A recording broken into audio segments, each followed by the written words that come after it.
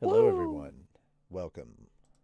I don't know why I decided Hello. to start quiet today. I'm like, hello, everyone. Welcome. Namaste.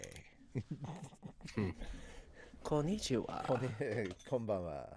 It's Yeah. Yeah. yeah. Konbanwa. Konbanwa.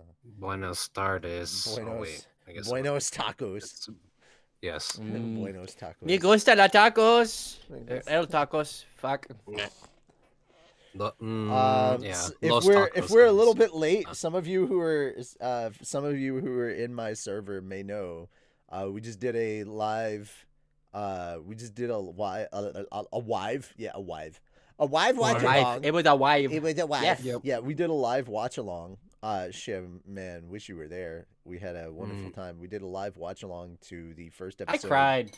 to the first episode of HBO Max's The Last of Us television mm, episode, and dear lord. Okay, so we sat down and we watched the what is essentially the prologue of the game. We watched the hmm so the first 3 minutes is literally like a show, like a talk show in the 1960s where they're talking about like fungal infection and cordyceps and stuff like that, and Mm-hmm. like you can see a tonal shift, and I'm like, oh, this shit hit different, and we'll get into that. mm, But like it's pretty interesting, pretty stand out. And so watch the prologue, and I was like, oh god, oh god. And there were people who had not played the game before that were watching Me. this for the first time. You and Wraith, that had no knowledge of the game, had not played the game, that watched that, and then we paused it there, and then I went and screen shared uh the YouTube video of the actual prologue of the game, so that they could have like a comparison of how the prologue of the game differed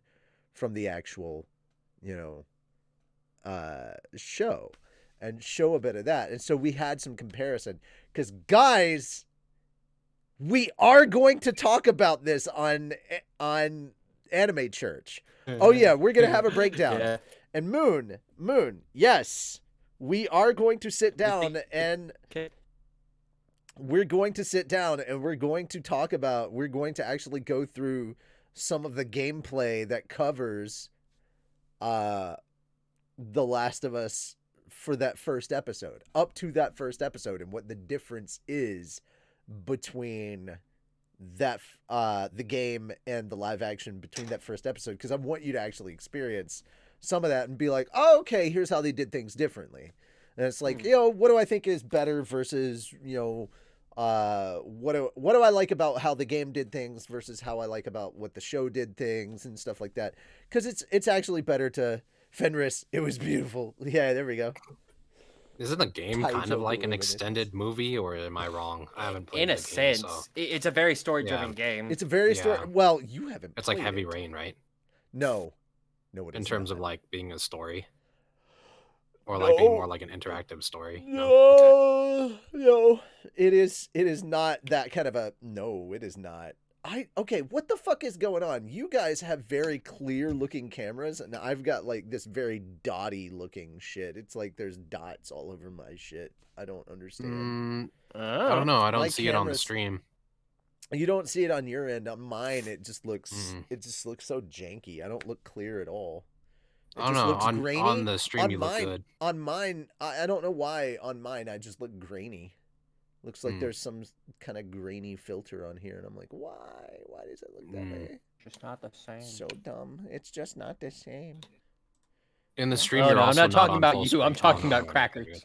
I'm not on full screen either, so Yeah. I'm looking at all three of you that way. But like, yeah, it Mm. was really good.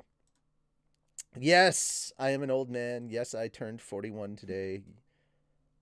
It is my birthday. I'm not hiding the fact that I'm old. Dude, it wastes way too much. Uh, it wastes way too much energy to try and pretend like I'm not old. So I'm just like, fuck it, dude. I'll just be old. I have I mean, happily you've already accepted the got the fact. hair. I mean, the head for it. Oh. Oh. I have had this happening since I was 22. That means nothing. I have been I have been Power. losing the hair on my head since I was 22. That doesn't mean Power. jack shit. That's not age. That's genetics. It's Like, power. bruh. I have been I have had what I like to call hair displacement, because like as soon as I started losing, funny enough, as soon as I started losing the hair on my head, that's when I started growing hair on my jawline. I was like, fuck stuff. that. It I don't want to grow migrated. a beard. I don't want to grow a beard. Go back up there. Go back up there. I like the hair on my head. I miss it. Mm. I like having a full head of hair. I'll gladly trade. I don't need to shave anymore. Get that Are shit there off like there and get it back up there. things that stimulate it now? I don't know if that's for certain, but By the way, if they want to sponsor us, Keeps, I'm all for Yeah. it.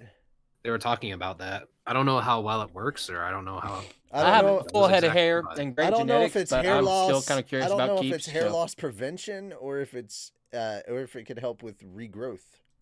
That's the thing. I don't Stimulate know. regrowth. I've only seen a couple commercials, so I don't know. Anyway, thank you. So, Mhm. guys, thank you for birthday wishes. Last week was what I lovingly refer to as the shimisode. It was all shim all. Yeah, It was all shim all sorry. day. All good. I like reading, so I do too. I did also apologize to Sonic for not noticing the time because I was busy editing episode 11 subs of LHA. I was still working on the subs. Like, that's how hard I worked for you guys. I was still working on subtitles for Log Horizon Abridged, and I promise I will be finishing up the Shimasonic Rhapsody. Yeah. I will Shimasonic Name of my Rhapsody. album. Name of your sex tape. Mhm. I will. I promise I will All be negative finishing one up. of them. Beautiful. I promise I will be working on. It can help with regrowth if you take it long enough. Nice to know. I just don't know how does it work? Does it like stimulate growth somehow? I don't exactly know. how hair growth Stimulates works. this growth. Oh yeah. No, God. Stimulate your senses. Stimulate your Five senses. gum. What it feels like to chew 5 gum. Put a How it feels lawnmower to on your choose tongue. 5 gum. Choose. There you chew. go. Fuck. How it feels to chew 5 gum. Put a lawnmower on your tongue. Just ah, good. What happens when you cross a lawnmower with a bird? You get shredded tweet. Shredded tweet. Yeah. I like that. All right. Hey, what do you get when you cross an elephant with a rhino? Elephino. I like that one. That's good. I like it. I'm not a dad, but I tell all the jokes. Hey, My what time is it friend- when an elephant sits on your fence? Time to get a new fence. Yeah. My friend took us out to go hiking not recently, but a couple years ago, and he has a funny joke that his dad tells him where he just picks up a random rock. He's like, it looks like an Indian sex stone. And I'm like, what? How do you know that? And he goes, because it's a fucking rock. And throws it. And I was like, that's good. Rock. I get it. And it was good. I like it. You guys ever had Miller Lite? Money's worth for the lady. No. No. No? Must have been Well, I'll heavy. tell you this. No, it's very much like sex on a canoe. It's fucking close to water. That's good too. You guys are so stupid. Is that what this whole show is going to turn into? Just really bad jokes? Oh, Yes. absolutely. You should know this by now. God damn it. We already had the 1 hour pun of foods. I think that was more like an hour and a half, to be honest. We already had the 1 hour pun of foods, man. It was Like, quite a while. It was a thing. Crusty. But guys, so much fun, though. we have a second chapter that we have to get through, and it's going to expand the dungeon even further than we already have. More video game knowledge. A second chapter of food puns? I don't think we can keep this going. I know we were already on. I know we were already on such a roll, but you buttered me up so well. Crust me. I'll Well, make it I through. do relish these situations. I don't know, man. Here, I'm not sure I I'm can going. catch up to this mustard so well. I relish the thought of Oh. you trying. Yeah. It is quite the pickle. Yeah. Oh, hold on. I'm trying to make like the tiniest. But I'll try and keep it cool as a cucumber. Yes. Why did that one just make you go like... Also, just for reference, the other thing that we learned today is that Wraith is apparently a teenage girl.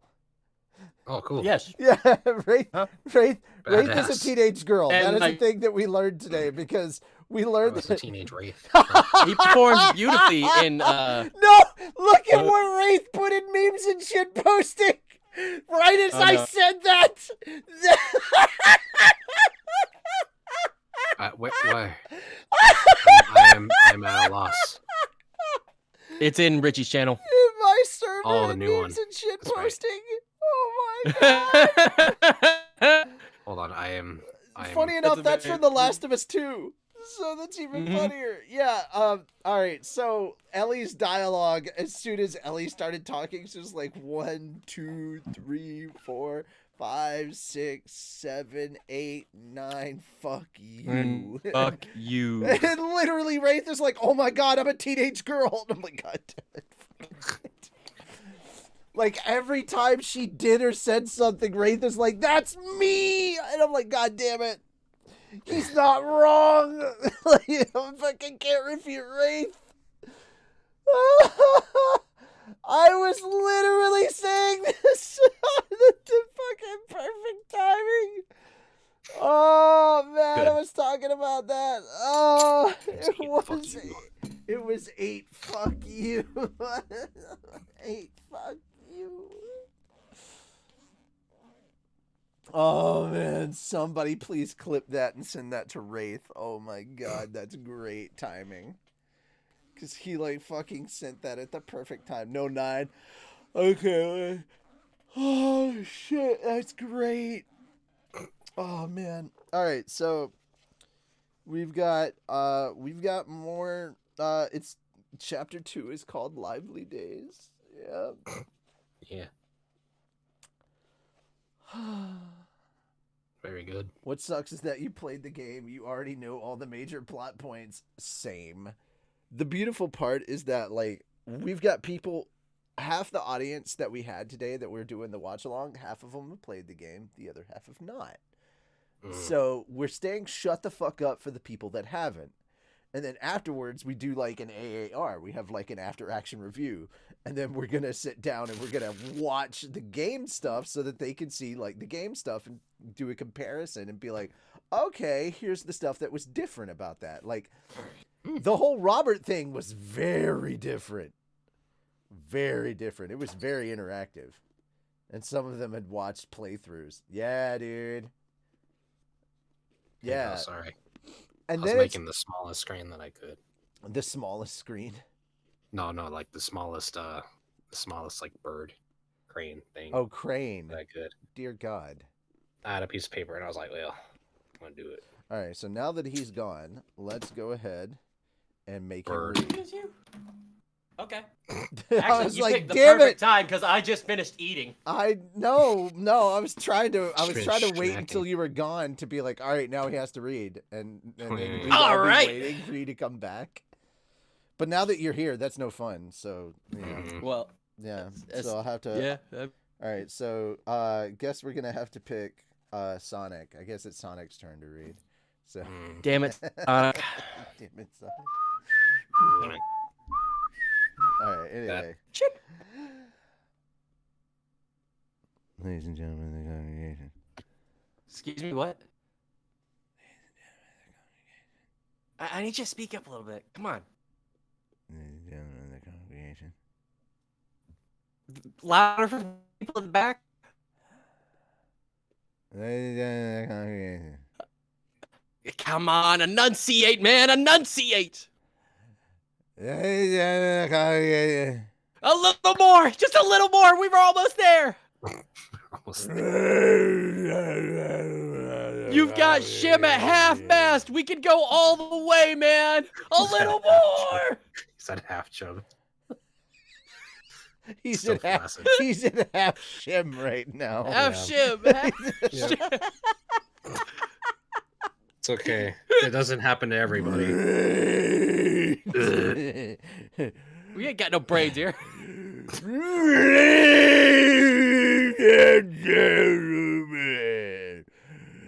I present to you a very drunk foghorn leghorn. No, it kind of. It's very closely. I am a zombie. And I actually found out a couple days ago that I can do a decent Muscle Man impression. I love that. It's just like, ladies and gentlemen of the congregation, I am a zombie. Yeah. Mm-hmm. Like Richie's playthrough available on his channel. Yay! Yeah, I played that for my mom. That's the craziest part. Like, I literally did a let's play with what? my mom of The Last of Us. Yeah, my mom. You sat played with it me. for. I literally. You played it for your mom. My mom. My Yeah. mom.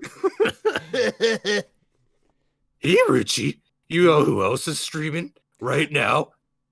My mom. My mom. Yeah. No. Yeah. You know Yeah, what high else is five. happening right now? You know Huh. what else is happening right now? What? Ladies and gentlemen of the congregation. There we go. I was waiting. There we go. Woo! That's what we come here for. Woo! That's what we come here for. You know who else come here? You know what I'm gonna have to add? You know what I'm gonna actually have to open up Huh. episode 9 with a disclaimer. It's Oh. literally just gonna be. It's just gonna be like the disclaimer's just gonna be up there, and it's gonna be, ladies and gentlemen of the congregation, please support the official release of Lord Reaper. You really should do that. Fucking eat you. Be good. That would be You really? great. By the way, come to our light novel readings. Yeah, don't screw it up for us, bros. Dude. I'm looking at you, Dave. Yeah. God damn it, Dave. Oh, by the way, for those of you who Yes. are checking out the Light Novel streams and are like, "What happened to your channel?" I changed my name. I changed my Twitch name. It's What not like, happened? yeah, it's not like Zoinks Gaming anymore. It's Richie Roberts 16. I haven't done Shaggy stuff in a long ass time, so it made no sense for my channel to be that way. So I rebranded the channel. Did you just cock a gun? Yes. Oh, Time to put down old Yeller. yeah, we gotta shoot Sarah. Wait. I don't know if I could do that. Too soon. But sir, there's a little girl. Oh. Oh no. But It's like one of those channels. Shaggy didn't die. Ah. Shaggy didn't Shuggle. die. He's Shuggle. still around. He's still around. You No, can get me to do the he's Shaggy too voice. valuable of an IP to die. He's too valuable of an IP to die. Yeah, Yeah. that's why they had to start Yeah. calling him Norval in the new Velma thing, because it's like, no, we I can't want kill you Shaggy. No. What? I want to go back to talking about. The Last of Us. I don't want to talk about Show Velma. does not exist. Come I'm not on. hate watching it. I'm not referencing it. I'm not pulling it up. Let it die. Let it die. If Let anyone's it ever shrivel wondering up what and I'm die. doing What? with my hands, I just have a Guys. plastic slinky Guys. and I'm Let fidgeting. it go. Let it go. No, it's let it die. Let I it die. won't Let hold it it shrivel up back and die. anymore.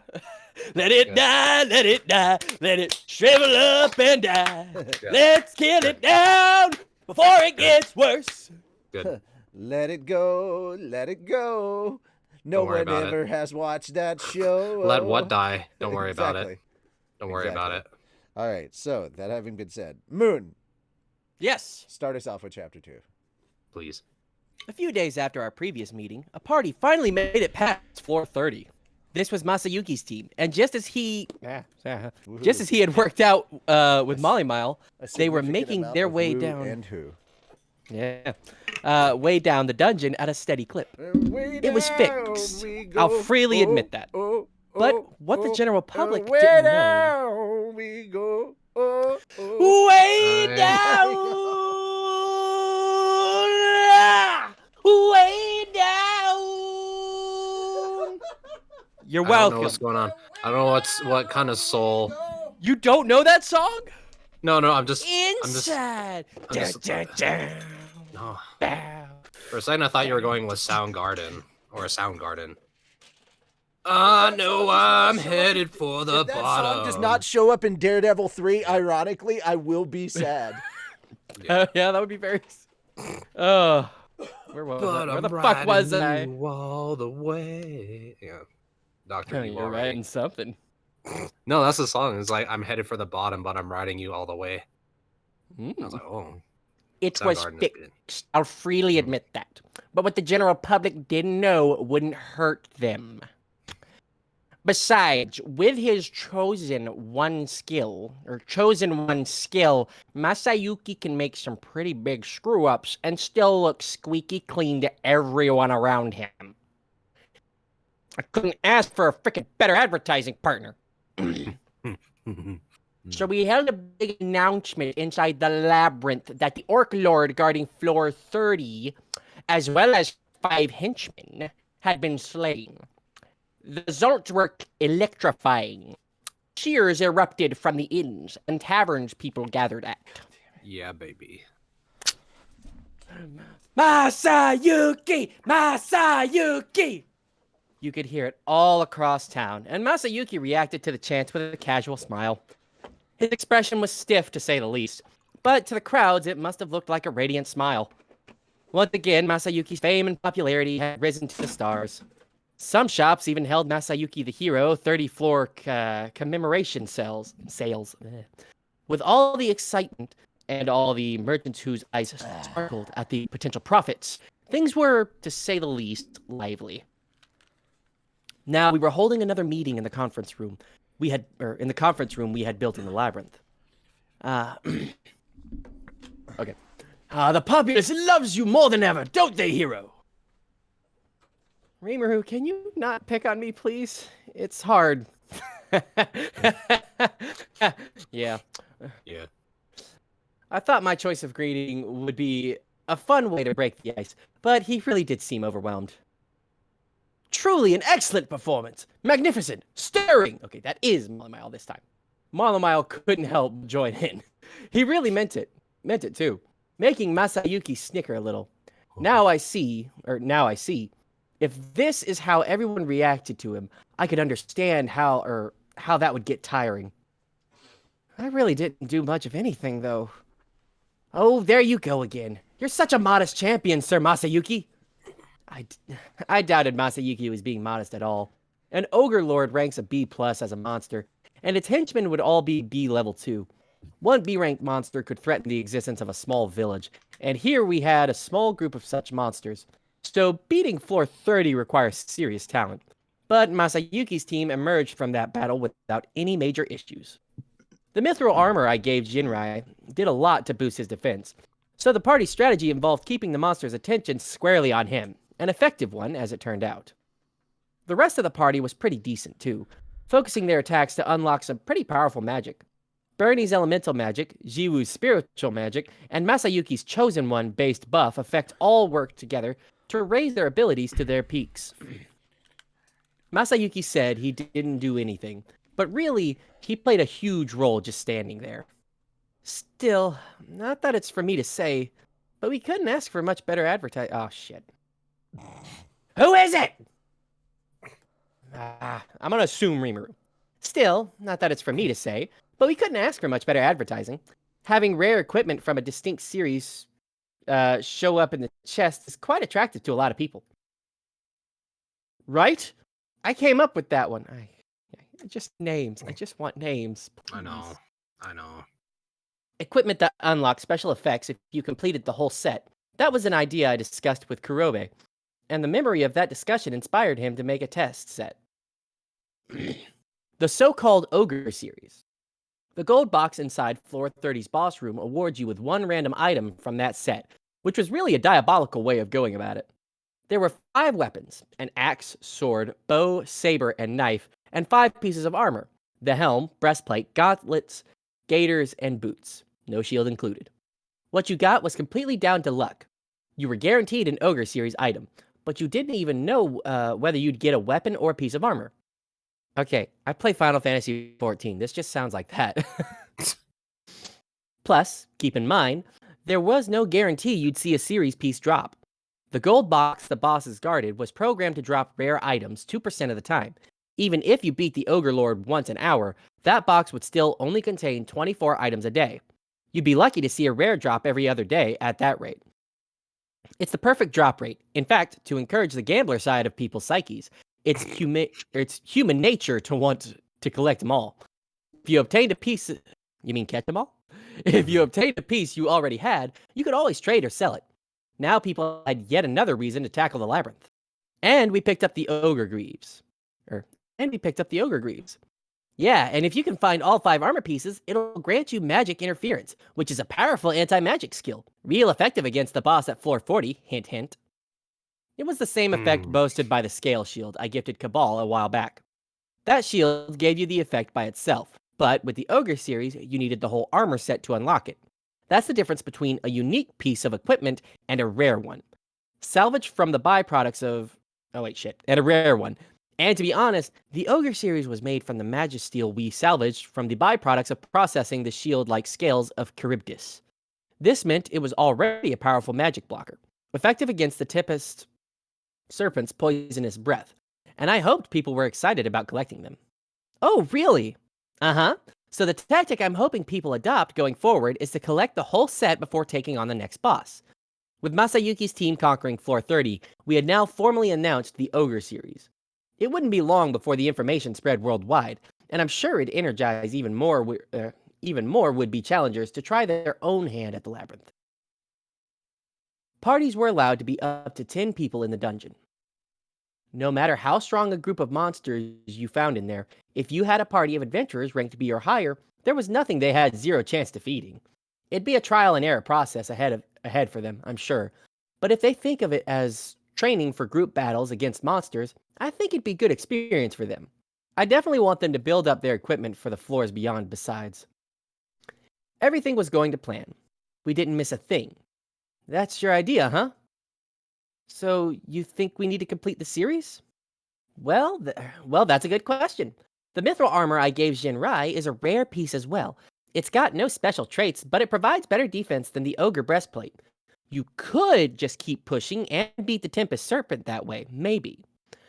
The Serpent was a tough foe, but there'd be only one of it. Tackle it with a party, and your strategy would probably involve keeping a decoy healed while the rest of the gang fought. That would be Jinrai with this group, and I figured he'd be up to the task. All right, in that case, we'll keep going down. Gotcha. Good luck, okay? Because you're the best pitchman we got. Jinrai and the others are a lot more enthusiastic about this than I am, but yeah. I think having monsters drop items is kinda adding to the fun, too. It's always exciting to discover a chest, but the simple idea of having monsters drop items turned out to be absolutely the correct thing to do.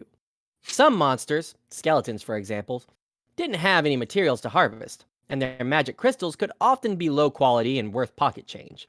The stronger an explorer you were, the more of a pain in the ass monsters like that became to deal with. But now things had changed. The creatures parties used to reluctantly mow down were now getting actively hunted again. With monster materials circulating more than ever in the marketplace, I couldn't ask for better results. Giving Labyrinth-generated monster items was actually pretty simple. The Dryads led by Trainee helped us out with that, taking newly born monsters and having them swallow the items. That sounded tricky, given that monsters may appear anywhere in the labyrinth, and you can't track them all. In fact, though, there was no need to. The flow of magicules in each floor was supplied with special pipes. These pipes were set up to run through certain rooms from floor 5 downwards. Rooms that subsequently would have lots of monsters born in them. Monster layers, you could call them, to manage the labyrinth. Trainee and the Dryads would place the items I specified in each of these rooms. The monsters would swallow them up, and then the Dryads released them into the maze at large. Tracking all the monsters generated in the labyrinth was a pain, but one greatly reduced by only having to watch over the monster layers on each floor. Monsters who self-generated in the regular corridors wouldn't carry any items, but that wasn't a problem. We didn't need every single monster to drop something anyway.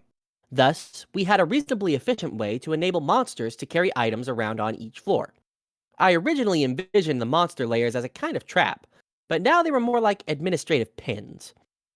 Of course, you might see a hapless party tiptoe into these rooms right when they were packed to the rafters with monsters, but hey, it adds to the tension. It's all part of the charm for everyone. You never know what you may find around the corner. And the appraisers are working around the clock. We're charging 1 silver per appraisal, but there's pretty much a line at all times. From slain monsters, you may find flasks of fruit juice or milk magically treated to keep for several days, plus a few low potions mixed in. Some of these drinks might go bad after a while, of course, so an appraisal was a must. We also threw in some of the failed efforts from Kurobe's apprentices, junk that we then bought off them for cheap. This might sound like we were taking a loss on them, but they're kind of like crane game prizes, reinvesting our profits in order to attract more customers. And speaking of prizes, we had to have some jackpots, of course. Occasionally, we'd mix in a masterpiece from Kurobe's assistants. This, of course, generated a ton of buzz, with people going around town showing off the special sword or whatever that they picked up inside the labyrinth.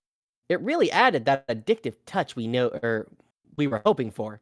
Now, like ants to a hill of sugar, we were seeing people come back again and again. So we had booty in the treasure chests, monetary rewards for beating every 10th floor, and plunder from the monsters themselves.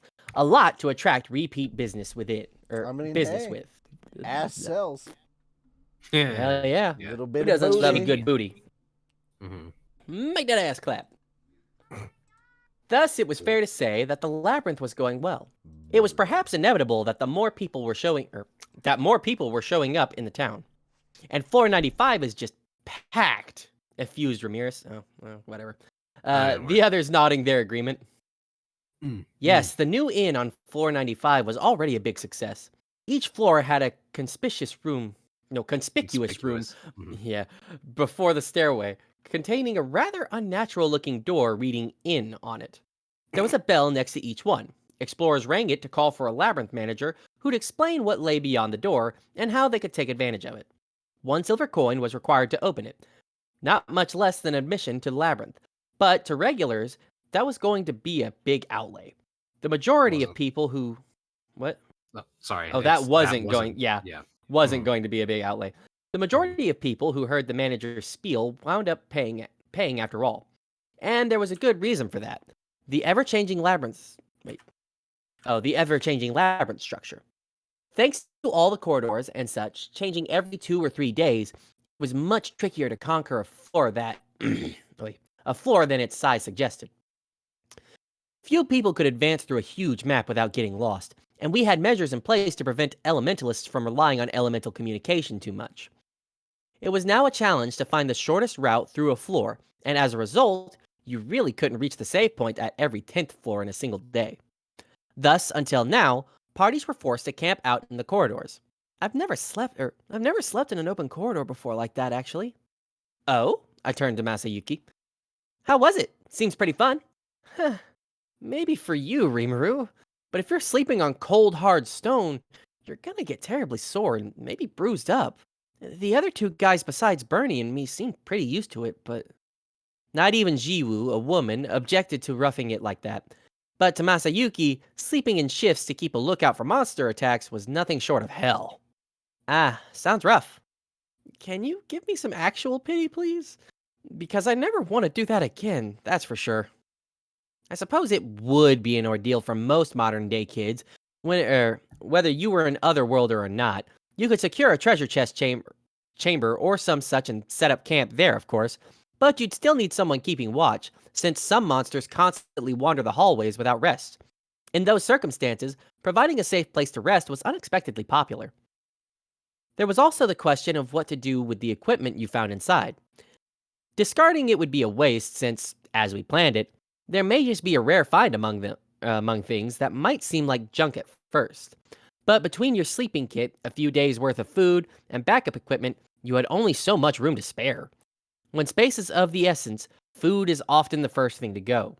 If you ran out of stores, you'd have little choice but to retreat, although some monsters left behind edible goods when defeated. Water could be procured with magic, so a lot of people made do with the barest minimum of sustenance. If you were at the end of your rope, you could always die and get transported back with your resurrection bracelet. That cost you your items, but it beat struggling with starvation. Along those lines, people were starting to reconsider the merits of the return whistles. Since they let you return to the surface with all your items, more and more people were starting to purchase them. Thus, a consequence of the labyrinth's new emphasis on dropped items was that people tended to carry less food around than before. So what if we had an inn available down there?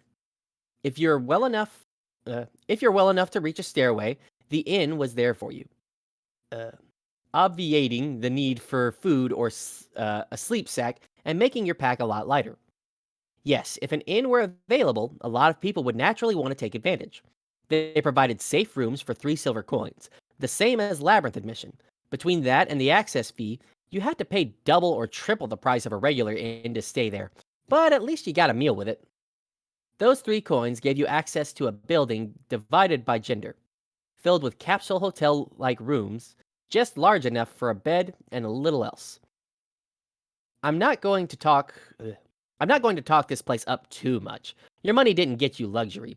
I was having some treants run it for us, and the work was carried out by new staff as an on-the-job education program. Cleaning, laundry, cooking, customer service, our hires would get to practice all of that here. And if they make the grade, they'll be able to find work up on the surface. Despite the rustic conditions, the inn still found its clientele. Your money bought you safety in the labyrinth after all, and nobody was about to complain about that. We also provided a few extra services for additional fees. Clothes laundering, 3 silver. Access to a large open bath, 3 silver. Equipment cleaning and basic repairs, 5 silver. That sort of thing. These services were all kind of popular, actually. Extended rounds of fighting in the labyrinth could make you a bloody, sweaty mess, after all.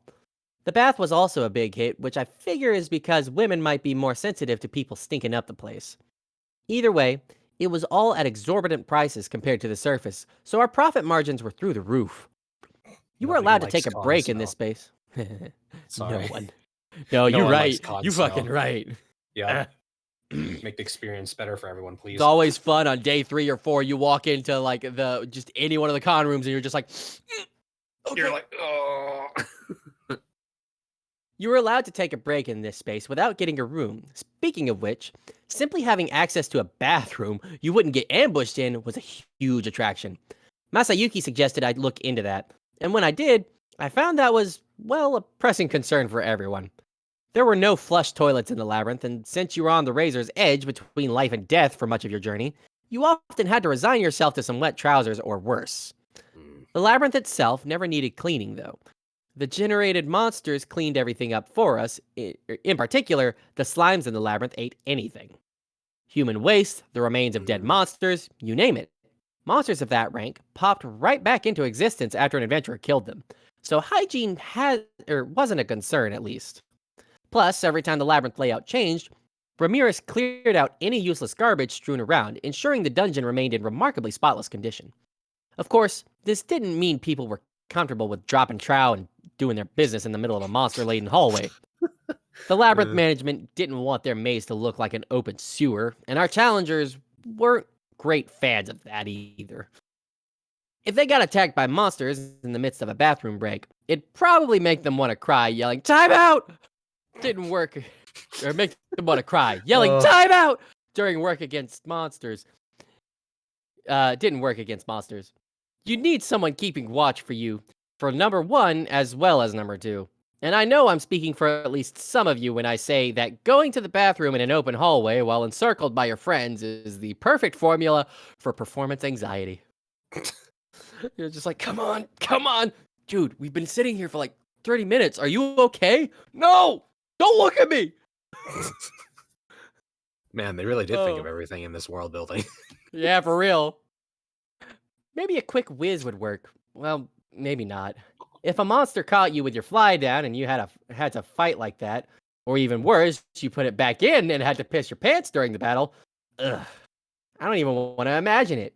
You'd probably just want to march right back home, but then you'd have to go tromping around the city of Rimuru with a huge urine stain on your pants, like you lost a bet or something. A man might be able to cope with this. I can hardly imagine how a woman would handle it. For some, death might be better than the humiliation. And considering that lots of adventuring parties were mixed gender, toilet-related practicalities were another incentive for people to use our inn. By the way, some people tried to solve this problem with magic. Certain household magic spells like clean, wash, and health management can help you maintain normal bodily functions inside the labyrinth. Health management in particular allows you to manage the times at which your body needs to eliminate. There were certain limits, of course, but you could use that spell to hold it in for around 3 days without issue. Unless you were the type of maniac who didn't care if he sprayed his waste all over all over during battle. This was a must-have spell for adventuring. Still, health management didn't work forever. If you were going to wander around the maze for extended periods of time, relying strictly on magic was risky. Thus, it came to pass that even sorcerers and the like saw fit to call upon the inn services. Okay, what's so funny? Nothing. I just like the idea of a fucking like, oh, I have a health management skill. What's it do? Allows me to hold a piss. Yeah. Like it feels like these are like the D&D spells that everyone laughs at for people having, but then when they're in the labyrinth here, they're like, "Oh god." Yeah. But these are great. It is 9 o'clock. It is time to switch. Mhm. Shim, it is Okay. your turn. Gotcha. So, labyrinth management was all systems go for now. Molly Mile couldn't have looked more pleased with himself. It's going along perfectly well, he said. We're seeing a rising trend in our profits. Even subtracting the expenses incurred with the item drops we're distributing, I'm beyond satisfied with our margins. I'm looking around 10% right now from our original investment. My goal is 20%, and if we can attract more customers, I think we can make that happen. So, about what we figured overall. And since I was having him report the items we provide at the sale price or at their sale prices instead of our own costs, we were actually making more profit. That and we weren't paying a salary to all the townspeople involved with the work, so all that was going straight into our coffers. It seems like we could start investing more into it. If we do, it'll be a while longer before we see government scale profits, but I think we could get back in the black before an extended amount of time. If profit was all I care about, then or if profit was all I cared about, we could just sell what we created at high prices. But as a nation, that wasn't enough to survive. There were people in town involved in many kinds of work. We needed to make sure it was divided up appropriately so they could do their best at their jobs. That's why I thought it was important to set up an environment where everyone's satisfied with their work. As the ruler of this nation, it was job one for me to provide work, or really a purpose in life, for everyone who lived in it. Yeah, but I feel bad about them working for free. Well, Molly Miles said with a grin, if you factored the average salary in Bloomond into our figures, we have more than enough of a budget to pay that to our employees. Whether they'll accept it is another question. To a merchant like him, free labor must have been unthinkable. I can understand that. You didn't exactly need to ponder the subject deeply to see the problem. We were providing food, clothing, and shelter, and everyone seemed happy enough with that. But it didn't seem like a good work environment at all like this. I did want to compensate them all somehow, in time, but Raphael was doing a perfect job of managing them, so nobody had lodged any complaints about their treatment. Nonetheless, I decided I'd better bring this up with Rigard and my officials shortly. But even as my subjects happily worked for nothing, one of my other acquaintances was much more faithful to her own greed. By the way, is my payment gonna be all right? Ramirez nervously gulped as she asked the question. Oh, she wasn't nervous about that. All this talk must have made her think I was gonna stiff her. She didn't have to worry. I keep my promises. So I signaled to Molly Mile, who then nodded with a smile of his own. You have every reason to expect it, he proclaimed, trying to sound as important as possible. I think we can pay you quite a figure, in fact. Ramirez gave that a satisfied grin. This is it, she exclaimed. Huh? What is? My era. The era of Ramirez has finally arrived. Had it? Because I wasn't so sure. But Trainee, bringing some tea in, warmly smiled at Ramirez as she guffawed at this. I always thought Trainee was overprotective of her. Love can be smothering like that. But I wasn't about to get involved in their affairs. Do I receive any of this payment? Oh, now Veldora's interested in money? That's the last thing I need. But we do owe him one. I gave another nod to Molly Mile. Yes, of course. We have a payment prepared for you as well. Would you be satisfied with the same amount Lady Ramirez is said to receive? Molly Mile and I had worked this out in advance. Veldora, after all, was acting as the master of this labyrinth. Not that he had to do anything really, but it was his magicules that kept the dungeon environment running. His converting magic ores to magic steel for us, in and of itself, generated huge profits for Tempest. I didn't think it right to try and cheat him. Ah, wonderful. I knew I could count on you, Rimuru. I see that I'll always be safe in your hands. Don't go wasting it, you two. Of course not. Yeah, of course not. I know how to save money. Oh, that's Ramirez. Knowing how Ramirez doesn't mean much if you don't do it. But they both look pretty gratified, so I opted not to rain on their parade. Ha ha ha. Of course, ha ha ha. Of course, they're free to squander at least a little bit of it. Money, after all, is something you save because you know how much fun it is to use. Oh, yes, agreed Ramirez. That's such an astute insight, Molly Mile. Molly, if you coddle Ramirez like that, she's gonna run with it. Training is a great example of how not to handle her. I suppose so, yes. And I suppose, or I had, hold on. And I do have, or I have experience working at that takoyaki stand. Now I see what a noble thing work is, as well as how vital money can be. Rimuru, you worry about me far too much. You're one to talk. I was the one who arranged the whole damn takoyaki stand for you, and Molly Ma pulled more than a few strings to make it happen. All you did was grill up the damn things. I had to mentally restrain myself from saying all that, because there's no better teacher than experience, I suppose. Let them do what they want. Even if it blows up in their faces, as long as they learn something from it, we're good. So, Molly Mile, how are things looking outside the labyrinth? I asked. I knew things were moving fast around town, but how were things really going? I was curious. Molly Mile smirked at me. Brisk indeed. That's the only word for it. The festival is long over, but really, we haven't seen any major drop in our population. We now have a pretty steady clip of merchants going in and out, and I think that's going to be quite stable for the time being. Would you say the town is starting to function as a stopping point for trade? Precisely. Merchants are starting to come see me so they can begin to do business here. They're not going through intermediaries all the time either, so Sir Regard has a rather full schedule these days. From full guild members to big name merchants from the Western nations, they're all inquiring about opening up shop here. Sounds better than I thought then. The Founders Festival was meant to prime the pump, and in terms of attracting people, it was a big success. Now the labyrinth I'd made for fun was building up a good rep on its own, winning favor with all our visitors. After that, all we had to do was fine tune things to keep the money flowing. I wanted people to challenge the labyrinth, earn money, and then spend it on our nation's goods. Not just our inns and taverns, but weapons, armor, and other consumables. I'm sure our merchants from other nations would play a big role in that. The Free Guild purchases monster materials, then deposits the money with us. Foreign merchants would bring us rare and exotic goods, no doubt. And at the end of it all, our town would be livelier than ever. Give it enough time, and the people the world over would know just how fine this nation's goods are. We've got a lot of exclusive things to offer, rare foods and liqueur, all the cuisine Shuna was developing, the gear from Kurobe's workshop, even Kaijin's apprentices were helping flesh out the selection. And that wasn't even all of it. And the selection was only going to grow. Word about all this could easily spread by now. Even without advertising, we'd have no problem attracting customers, and at the end of it, people the world over would accept us and see us as necessary. I was sure of it. What's more, some of the gear made in Kurobe's workshop was on sale as special merchandise at certain shops. The gear circulating in these shops was doubtlessly going to generate attention, and while different stores dealt in different levels of quality, if you had the money, you could buy it for yourself. Although anything from them rated rare or higher would be available for purchase only on floor 95. I'm sure some people might doubt this gear's capabilities, but that wasn't a big problem. We've got a place right by here, after all, that lets you test out what you brought, or what you bought. We rented it out to people in the labyrinth even, although not too many people had taken advantage of it yet. It'd only be a matter of time either way before they used that gear and began talking up how good it was. Little by little, we were building trust in our nation. Trust is more important than profit. I'm not about to go into the red for the sake of trust, but as long as we stayed in the black overall, I'd call that a success. We're not in this to make money, we're in it to get our nation accepted.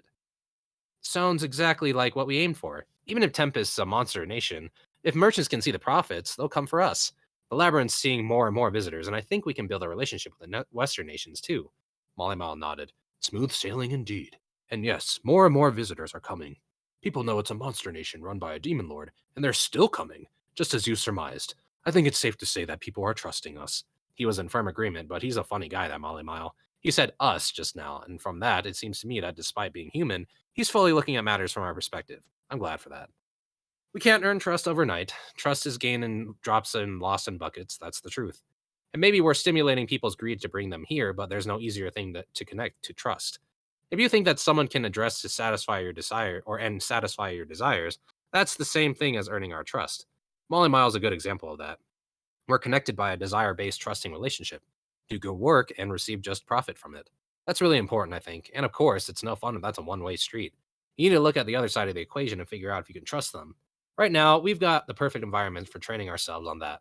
We've got a teacher, Molly Mayo, and I'm going to study as much as I can under him. Then I paid Ramirez and Valdoris their salaries. They both seemed satisfied with the amount. I told them not to squander it, but have they thought at all about how they'll use it? The question weighed on my mind as we kept discussing matters, excuse me. Hey, or, do you think we could set up a space for my personal use? Sure, Ramirez replied to me. But what for? You want to do some research too? No, it's more about development in my case. I have a few ideas in mind that I want to keep or to try building. In terms of research, Kurobe was way ahead of me. His workshop was in the southwest part of town, along with the workshops of those apprentices he deemed worthy of going independent. That district was seeing weaponsmiths from all over now, hearing the rumors and building their own forges and repair shops to compete. It was a full-fledged industrial zone by now, and as a result, it was getting hard to keep up new discoveries made there a secret. The atmosphere was more convivial among those artisans, amicably sharing in one another's new stuff. So classified project development wasn't possible. Instead, my order for Kuroe was to develop new weapons and armor that nobody could imitate. Besides, when conducting research, I didn't actually need a physical space. I have the good Professor Raphael with me. What I did need, though, was a development facility to implement the blueprints I had in mind. Sure thing, I'll get it set up today. Ramirez was easier to please. So now the 100th level on the bottom began with Valdora's Grand Hall and continued on to rooms housing a plethora of research facilities. In terms of keeping the space defended, not to mention preventing leaks, I couldn't ask for someplace safer. In fact, it was impregnable. Let's use it for really important R&D from now on then. But what are you trying to make down there, Rimuru? Ramirez asked me. It's a secret. Huh? But I really want to know. You're always cranking out all kinds of crazy things, so... Indeed you are, said Valdora. There will be no secrets between you and me. Oh, great. Who decided that? I knew full well Ramirez and Valdora were doing this and that behind my back too. But they were always so persistent with things like this, and I didn't have the energy to try and deceive them, so I gave them an answer.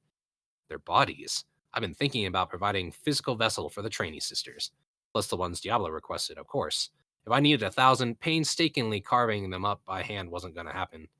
I needed a setup that allowed mass production. And give me as much space as you can, by the way, okay? I want to try out a few different things.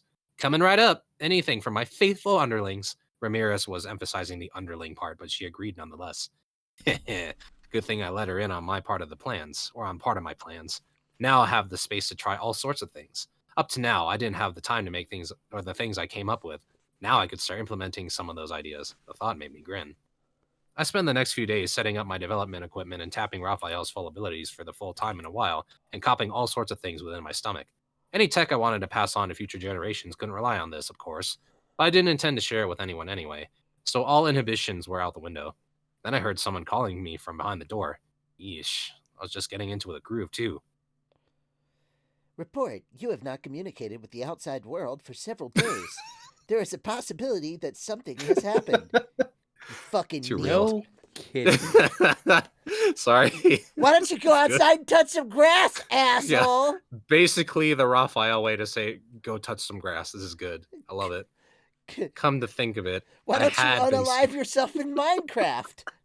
Oh, see, and it's even worse because he doesn't really have to eat or sleep, so he can just do that.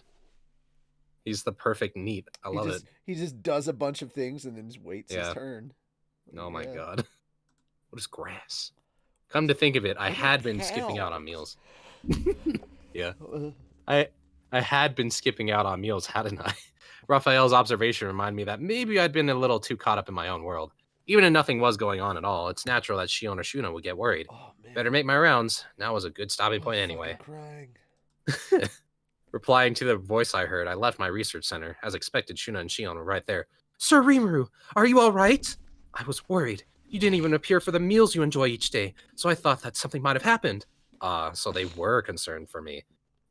Sorry, I got a little lost in thought. No, not at all. As long as you're safe.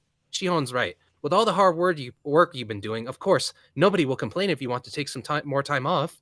Once they saw I was fine, they were all smiles again. I felt kind of bad. They really cared a lot for me. Well, I'll be sure to check in at least once a day from now on. That would make me very happy, Sir Rimuru. Yeah, better not get too wrapped up in my hobbies. Having someone worried for you is in itself a blessing. Like it comes out and it's like 50 years have passed. What happened? Is that you, Sir Rimuru? And just Rigard as like an even older man. As an older, more buff goblin. Yeah. As I let the remorse wash over me, Shion suddenly spoke up as if just recalling something. By the way, Sir Malima has been searching for you since yesterday. Huh? Then he should have called for me. He did, but there was no response.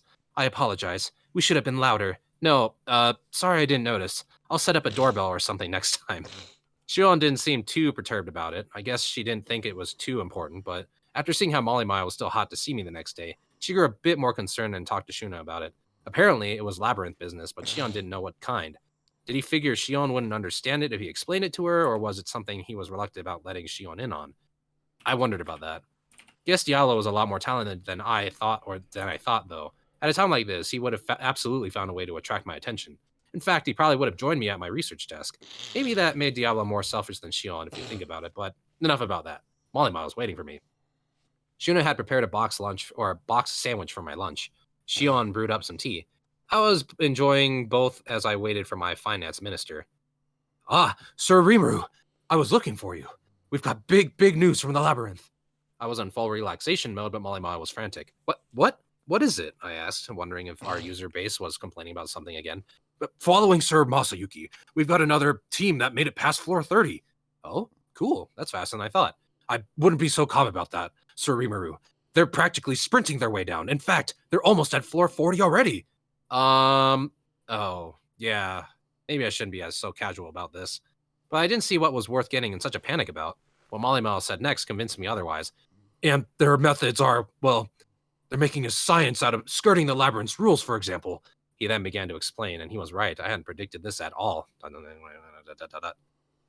As he put it, this party had come upon fairly ingenious ways of using Ramirez's labyrinth items. First, they activated a recording crystal in front of the boss monster on floor 20. One crystal works for an entire party, so even if the boss wiped them out, they could revive themselves at the location they set for themselves. That was within expected bounds, so far so good. Then, apparently, they would use a return whistle to warp out of the labyrinth, and then the party would split up with each member going on to form their own party, always with 10 people, the maximum. So then, all those people, precisely. It's no longer a party so much as a small army. What was once a 10-person team was now 10 parties, a total of 100 people, each of them ranging between C+ and B+ as individuals. Apparently, they all wore a uniform of sorts, an overcoat with a shared design and a certain emblem sewed on it. They stood in a line, no doubt unnerving the people around them as they marched in formation into the labyrinth. And that was a force they brought straight to the floor 30 boss. What the fuck was that? Speedrunners. Oh, God. It's amazing. This is amazing. I love it. Yeah, they're speedrunning the labyrinth. Yeah, they're like, oh, fuck. Good on them, man. Yeah. What's even I knew it was only a nobody's- matter of time. Nobody's actually beaten the game yet, and there's already speedrunners. Look at that. Yep, that's a separate anime in and of itself. Sub floor 30. Yeah. Yeah. The rules stated that the only one party could engage a boss at once, but here were 10 of them challenging the same boss, standing in line to wait their turn. The Orc Lord and his 5 henchmen were powerful adversaries, but this army was no slouch either, and after a heated battle, they finally took the boss out with the third party of the group. I feel like we talked about something similar just recently. Indeed we did. This is Team Green Fury themselves. Ah, there you go. Judging by the matching overcoats, this must have been a set of people working for one noble or another.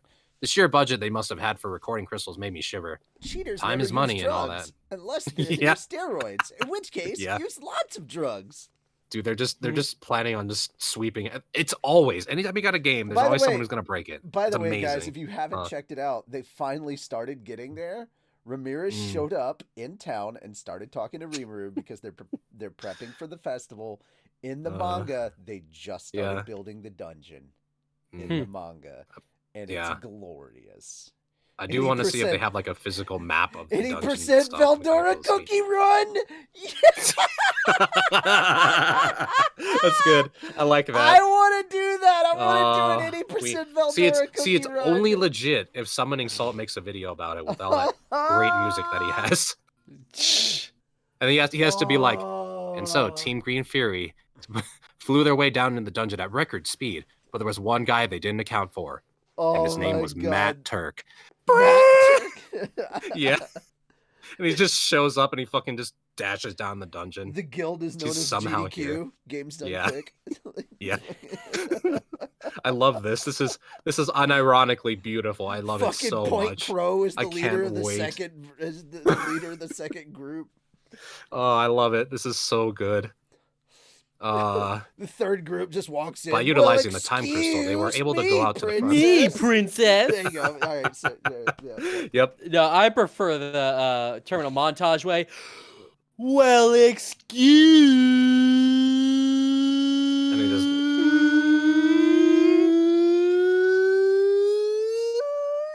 me, princess. princess. God Burn damn up. it, old man! Sorry. Hold on a Sorry. minute, Link. God damn it, old man! Good. This is a place you can't survive with just your sword and your wits. It's dangerous to go alone. Take this! Yes, Good. I fucking love I it. like that music video too. Oh, that's good. really God. That's wrinkle No, dick again. fuck Look, you. I told him. Look, I know I wear a tunic, but I'm not into men. Don't be that way, bitch. Let me introduce you to my three Oh, best no. friends, Mr. Johnson and Oh, the no. Juice Crew.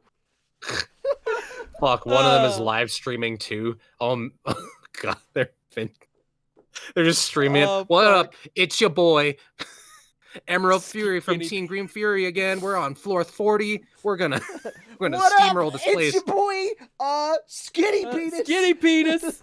Yep. I fucking love that. I love his Just follow 6 up. seconds of killing me right there. I love his follow up. He's like, "What up? It's your boy," It's your boy. Yeah. and he just starts crying. God damn it, I love that. We just That took out shit the was Tempest. So good. Fuck, one of them is This is so live streaming doofy. now. It's they're a film. Is there gonna be a God. spin-off manga focusing on the Team Green Fury? Then somewhere, And it's gonna be somewhere its in the own back, series? somewhere in the back, you just hear Asmongold going off on them and how they're just cheaters. No. See, their Fucking series cheaters. is Like, Fucking series- do you OTK understand? Fucking OTK No. is The just eyebrow hollering thing. at them for not playing the game right. Yeah. No. See, their series is a spin-off manga called The Time We Got Reincarnated as Speedrunners in a Demon Lord's Dungeon. So this is a crossover event. Oh shit! Actually, that would have been Oh my really cool if that God. was the case. God Like, damn it. one of them They're like, who keeps the fuck are walking these around losers? backwards, just jumping backwards constantly. See, the thing is- see, here's the thing. Here's the thing. Guys, Uh. here's the thing. If you want us to do this kind of content, we're It's down, just- but we need more patrons. Oh god. because we need to Absolutely. hire an animator. And more For sure. money. That would Because be here's so the thing. great. If we had an animator, I would absolutely make this. That's hilarious. It I would be would so much absolutely- fun. That What time up, I got it's your boy. reincarnated as a It is speedrunner in a Demon speedrunner Lords in a- video game. Yeah. In a Demon speedrun Lord's in a video Demon game Lords dungeon. video game dungeon. It's like, Yeah. And like, God. hold on, they get to the boss, and it's not Veldora. Veldora, he just gets shoved to the side by Rimuru, going, "How the hell could you break my dungeon?" Yeah, like how the fuck did I let you guys go on like this for so long? The floor 50 boss is Donkey Kong. And Veldora's like, but I wanted my no bullshit. You sit over there. I got to deal with that myself. Shit. And then we would have to call Seth Everman for that. Funny story. dude, that'd be funny great. story. I'd love you it. need Seth Rogen. No, Oh, Everman. God. No, Seth Rogen for Donkey Kong. Yeah, but I'm talking about music. I'm talking about for music. Oh, Yeah. all right. So Anyway. funny story on Yes. the whole. Funny you should mention the whole Rimuru just comes in and starts fighting the bad guys kind of thing. Yeah. Mhm. Keep reading. That's what's gonna happen here. Okay. I'll keep reading on that. Keep reading. I love Okay. it. Time is money and all that, but those cost 1 gold coin a pop, and they were tossing them all over the place. Do we know which patron they belong to? I heard, or I had Lady Soka look into that. Apparently, they're all part of the Sons of the Veld, a pretty well-known mercenary outfit. The sons of the believes they're bitches, more benefactors. like. Yeah, Sons She of believes bitches, they're- sons of bitches. she believes their benefactor hails from Inglacia, the Sons of Veld. I'd Hey never heard of kids, want them. to see a dead body? But it was a surprise to hear that none of the core members of the Western nations had their eyes on our labyrinth. I seem to remember one of their affiliate families participating in the Founders Festival, but no one from any of the main noble lines, I don't think. Maybe they got a late start and maybe they had some other intention? Well, maybe they, or what was it? How to put it? It feels kind of like they're paying their way in, which doesn't leave a great impression, but it's not a violation of the rules. Pay to win. Annoyingly, yeah, basically. Annoyingly, we had no reason to clamp down on them. I understood Molly Miles' alarm, but at this point, there wasn't much we could do about it. Our profits are rising, yes. Lodging a complaint about it might be unreasonable at this point of time, but if this keeps up, the floors you spent so much time filling with traps are going to be conquered in the blink of an eye, it seems like. So Molly Mile was going nuts looking for me because he thought someone would beat the whole labyrinth while I was holed up in here. Yes, I made you worry, huh? Well, it'll be all right. Things don't really kick off until beyond floor 40. And I think the Tempest Serpent is going to stop them in their tracks for a while anyway. Team Green Fury had some excellent teamwork going. I think they ranked an A- as a fighting party, but as individuals, they were around a B. So I doubted they could hold out against powerful range attacks for long. A Tempest Serpent is among the stronger of the A- gang, so even if or even 10 B+ fighters could have trouble emerging victorious against that one. Indeed, but judging by what Lady Ramirez and Lord Valdora told me, we have reason to believe their leader of Green Fury is misrepresenting their actual skills. Huh? True, I can't really run, analyze, and assess on someone in a video like... Oh Menu. shit! I was muted. Hold on. All good, all good. Report. Accurate magicule counts cannot be calculated via analyze and assess on a motion picture of battle. Right. In other Raphael warned words, me as much. Motherfucker. It doesn't work on a video, you idiot. It doesn't work that way. In other words, hey let's see. kids, want to see a dead body? Yeah. Right. Raphael warned me just as much. I just used that video footage to assign a rating based off how the Free Guild ranks its monsters, so I couldn't really say with any accuracy exactly how powerful that party is. After all, I was only ranked a B+ by the guild, even though I'm definitely an S in actual skill. Ranks can differ from talent like that sometimes, and if someone was deliberately concealing their skill, we need to consider addressing that. I think I better hear from Valdora and the gang about this. Certainly. I've already reached out to them, so let's pay them a visit. That's Molly Mile for you. What? What's up? Great Sage, gather the Dragon Balls. We need a Magicule TV. Damn it. This Yeah. is why we need Magicule TV. I feel like that would be a grievous misuse of their No, no, powers. no, I'm no, about to no, no, misuse no, my no, hand no, upside no, your no, head. Dende. No, no, no, no, no, no, God no. damn it. Stop it. Dende. Stop Nell's it. here. Stop Guru. it. Dende. Nell's here. Nails here. No. Nail. Yeah. That's Molly Mile for you. By the You time got a you bunch rounded of- me up, Yeah, it's like, report. Report. up? You have a bunch of cheating Daves in your dungeon. it's true though. Motherfucker. Like, Yeah. What makes it? They knew the rules and they're like, "Yep, we're And so skirting them." do I. Yeah. Ranks can differ from. Oh wait. That's Molly Mile for you. By the time you rounded me up, he already had everyone else on call. I nodded and stood up from my seat. We were back in the Labyrinth's conference room, the usual gang. You are late, Rimuru, Veldora scolded me. Yeah, look what happened. You're the leader. Start acting like it, Ramirez added. I'm the leader? That's news to me. That didn't matter right now. So, how's it looking? I asked. It's looking grim, replied Ramirez. They've penetrated all the way to floor 38 now. She began to show me some video of their progress. She seemed pretty flustered. Yes. Gay. Anyway. Gay? She seemed pretty flustered and restless even as she went over the footage, projected inside a little transparent box with me. The effect was kind of like seeing 3D miniatures move around by themselves. Too bad I couldn't analyze and assess this directly. Gay? Yes. Sorry. Assess. Anyway. Assess. Anyway. Ass. Yes. Suggestion. You guys ever played Ass Creed? Ass Creed. Ass-re. Suggestion. If I receive permission to interact with the subject Ramirez's intrinsic skill macecraft, it will be possible to collect more accurate, detailed information. Ooh, Wow, a Menu, rare you doing proposal. okay? Having trouble reading there? Bitch! Bitch. I don't want to hear that. I don't want to hear that from a filthy fucking Dave. Ooh. Ouch. Damn. Ooh. That's a Ooh. deep cut there.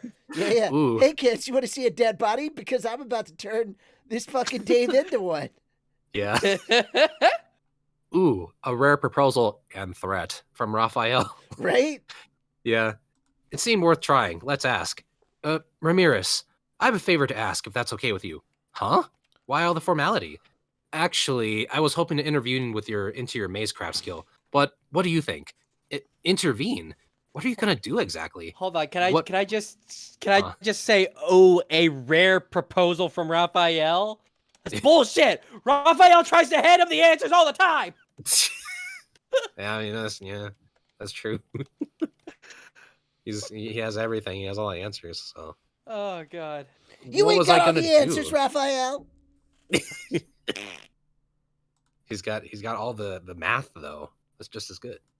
Oh, all of it. Yeah. What was I gonna do? I wasn't too sure myself.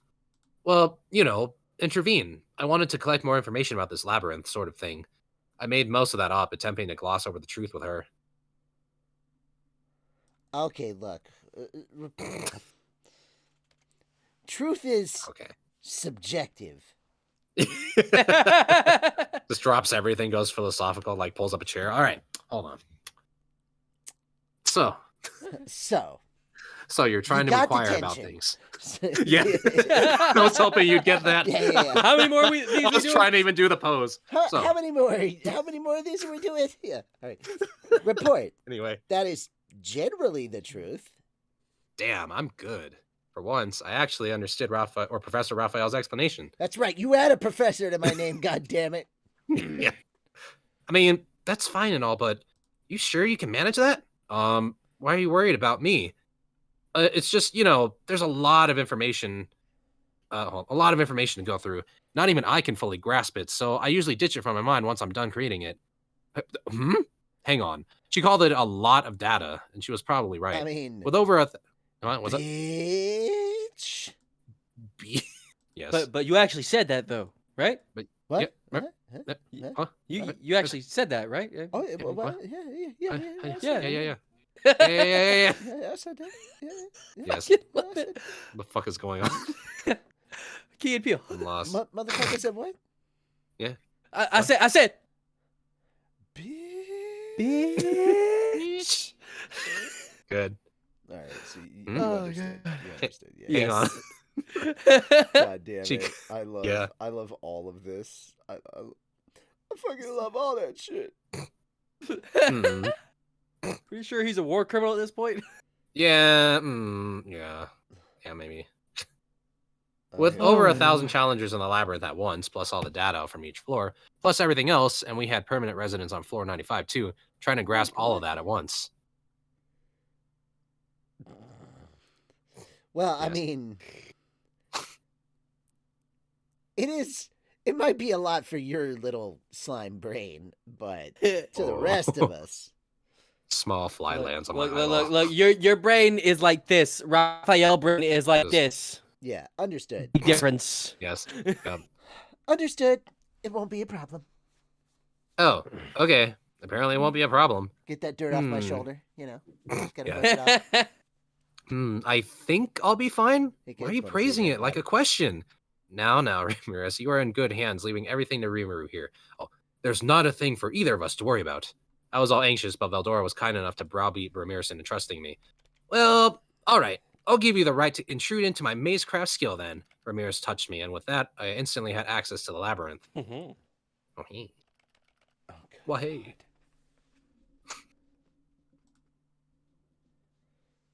Ramirez touched you, huh?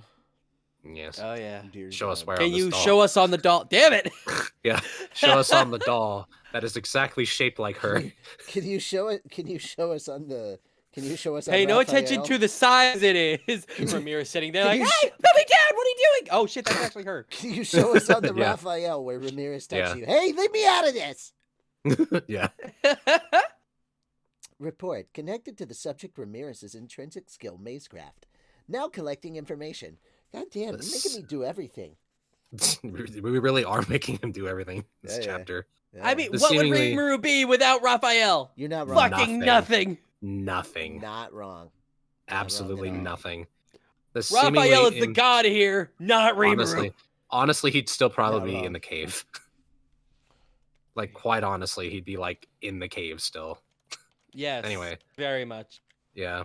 The seemingly impatient Raphael sprang into action. The moment it did, maybe I felt a whole bunch of data run across my brain, but it didn't hurt at all. I was tensed up, prepared for anything, but this was kind of a letdown. Okay. Report, analyze, and assess on the team Green Fury complete. Their leader is over the A rank, but my appraisal on the others does not differ greatly from before. In a moment, Raphael found the info I needed. Talk about reliable. I noticed the analyze and assess skill was still running. Did something catch its attention? Well, What's up? oh, Drew, thank you for the raid. I was thank you. wondering. Hello, everybody. Woo! Oh, How many people Fluffy we got? McNutters, party of one. yes. Yeah. Hey. All right. Table for one. Yeah. Table for one. Full. Understood. Analyzing all battles that have taken place within the labyrinth. So quit bothering me. I thought I heard it say, Yeah, which made motherfucker. sense. Yeah. There's no way an average bum like me would understand the professor's thoughts. Yeah. I'm sure it was plotting something grandiose again, but I'll leave it be for now. So back to our meeting. I see. Did you learn something, Rimuru? That was fast. Or that was fast. It didn't work, did it? Ramirez, to say nothing of Eldora, gave me a doubtful look. I'm sure they had trouble believing me as much as that annoyed me. You know, I said, bragging a little, this guy's an A+ or so.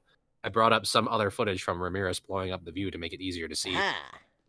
Huh? This surprised the whole room, Ramirez more than anyone else. Rimuru, why are you using my skills so well? Ha ha ha. Well, you gave me the right to intervene, so I guess that's why. You're kidding me. Even I can only show footage from a set position. I need to personally know someone before I can track them on here. Apparently, Ramirez could only access footage that had already been passed through her labyrinth managers. I could see why. Wrangling all this data in depth was a dizzying task. Well, let's just say I'm more gifted for this for now, I said to a switcher. I love that he just took all the credit. Just fucking connected to it like a goddamn To be fair, supercomputer. to be fair, what is he going to say? Look, there's this voice inside my head that does all the work for me. All right, I mean, At some point, He could just be like, well, it could just be that I'm better than you. he could have just said that, but you know, at least he's very not. humble, Mhm. humble as always. No, he's just The- hiding the fact that he has better skills. I know. I'm just kidding. Always, you know. Anyway, Meanwhile, Raphael's just in the back, like, I'm the one doing all the work. it's doing the white guy blink gif. The The what now? white guy blink gif. Oh, Oh, You ever I seen thought that you blink were gif where the going guy's Tsushima like, stream. Well, appreciate it. Oh, yeah. Appreciate it, Drew. Thank you for coming yeah, by. yeah. Gifted. yeah. I couldn't describe it more accurately than white guy blink gif. White guy blink gif. Okay. Yeah, Yeah. you know. Yeah, You know, he has a name. I don't know who he not, is. Not all of us look the same, buddy. I'm sorry. That's racist. Yeah, just look. That is Just look at racist. Richie. He What are you doesn't trying have to any say? hair, and I do. What are you trying to say? All white people look the same to you? They all taste the same. That's racist. Absolutely not true. No, Yeah. I can guarantee you, gonna- I would taste a lot more like macaroni and cheese than Richie would. Just that's gonna true. glance That's over true. that. That's based fine. based on what I just ate today, I'd taste a lot more Asian than he would. Oh yeah. Mm.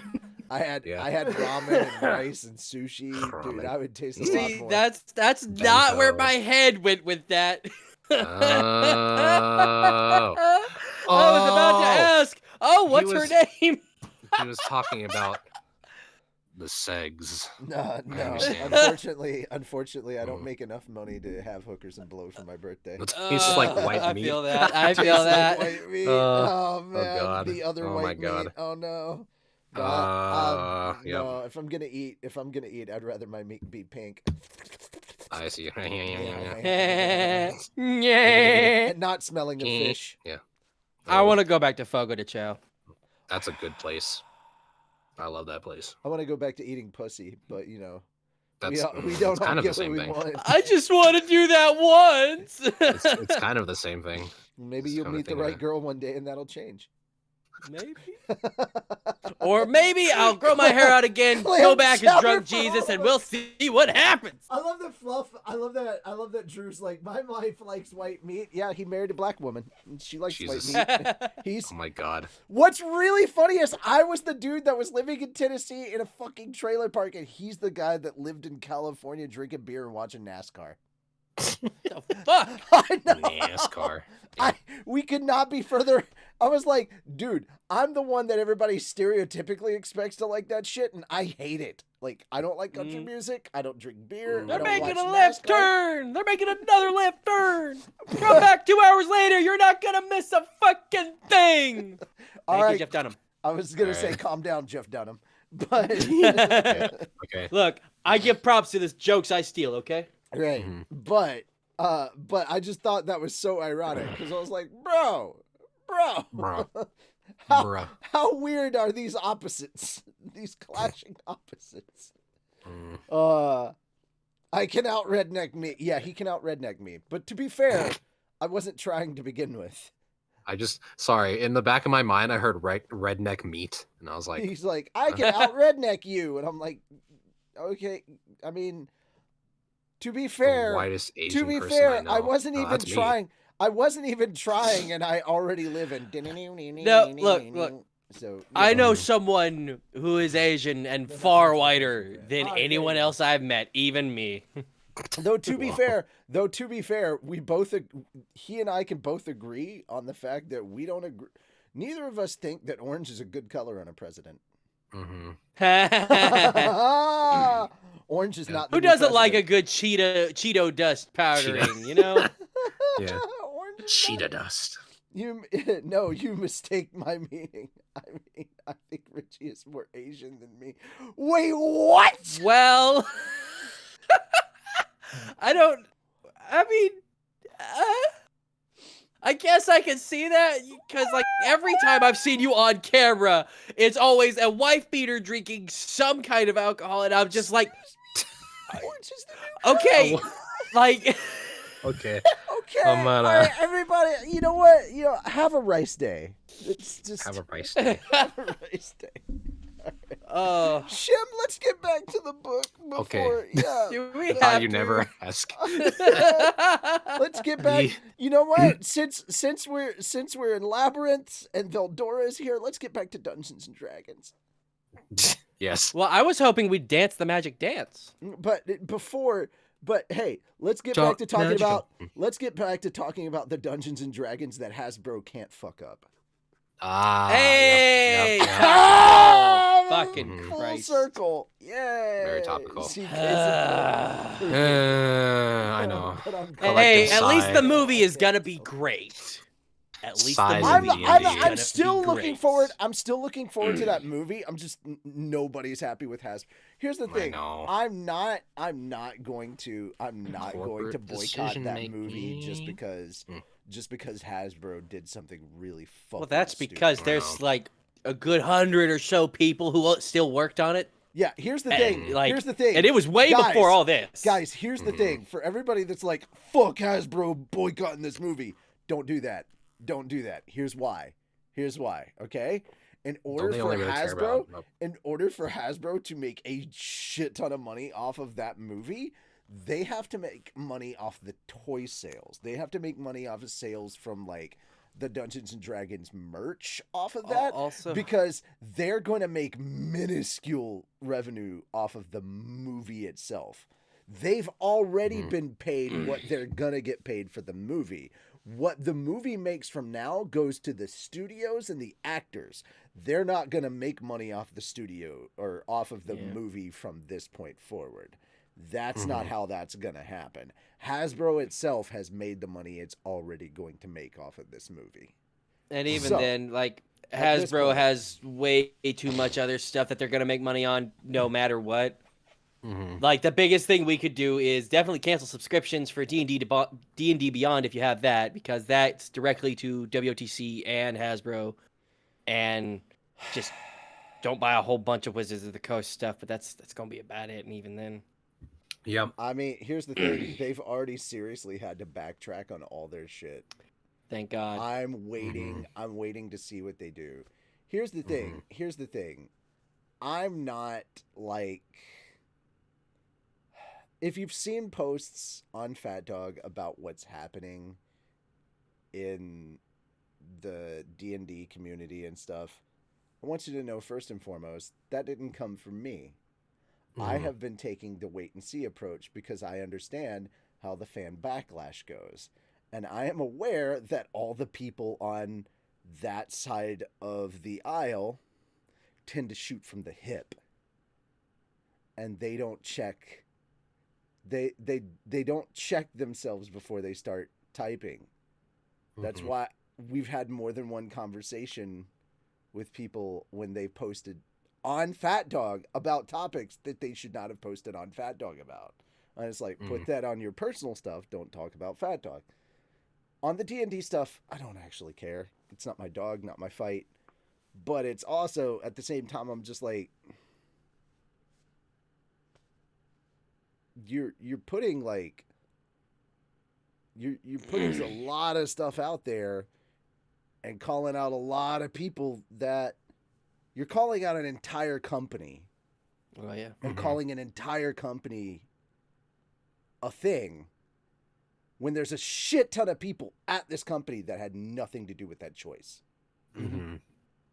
And once you It's like blaming do that, people at like Blizzard and stuff. yeah, or, like, the and like artists and you stuff. are now So- what you call out is the culture of toxicity or the culture of greed at those companies.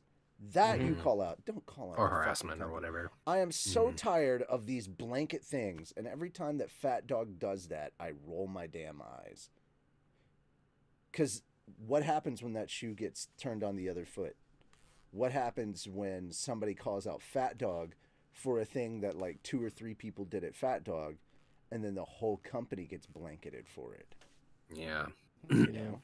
And then Upper suddenly echelon it's is- like, yeah, that's no, we have to correct the record. Yeah. We have to do this. And it's like, oh, how the turntables have turned. Yeah. exactly. Yeah. I Yet just nowhere feel near bad the for more level of them, employees. like the I people who had understand. nothing to do with it. Didi, They're you're like, true. Didi, you're right. But still, Didi, you're right. Fat Dog's nowhere near the level of employees. But still, at the same time, like, come on. Also, I will admit that I don't think John Campea has like much of a dog.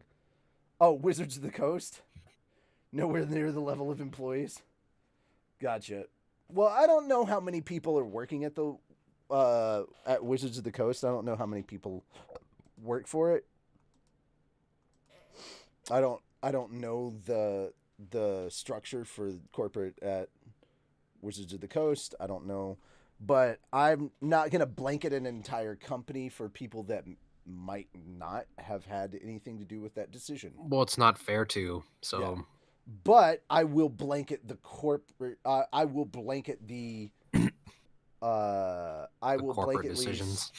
state that the structure of corporate greed. Like I'll go after that all day. Like it's like, Yep. dude. You should. But like, I'm not gonna sit here and say again. I don't have much of a dog in the fight because I don't know everything that's out there and going on. I don't think John Campea knew either. I was listening to his take on it, and he's like, "Man, no other company out there allows their fan base to go out and play this much with their own sandbox and make content like this.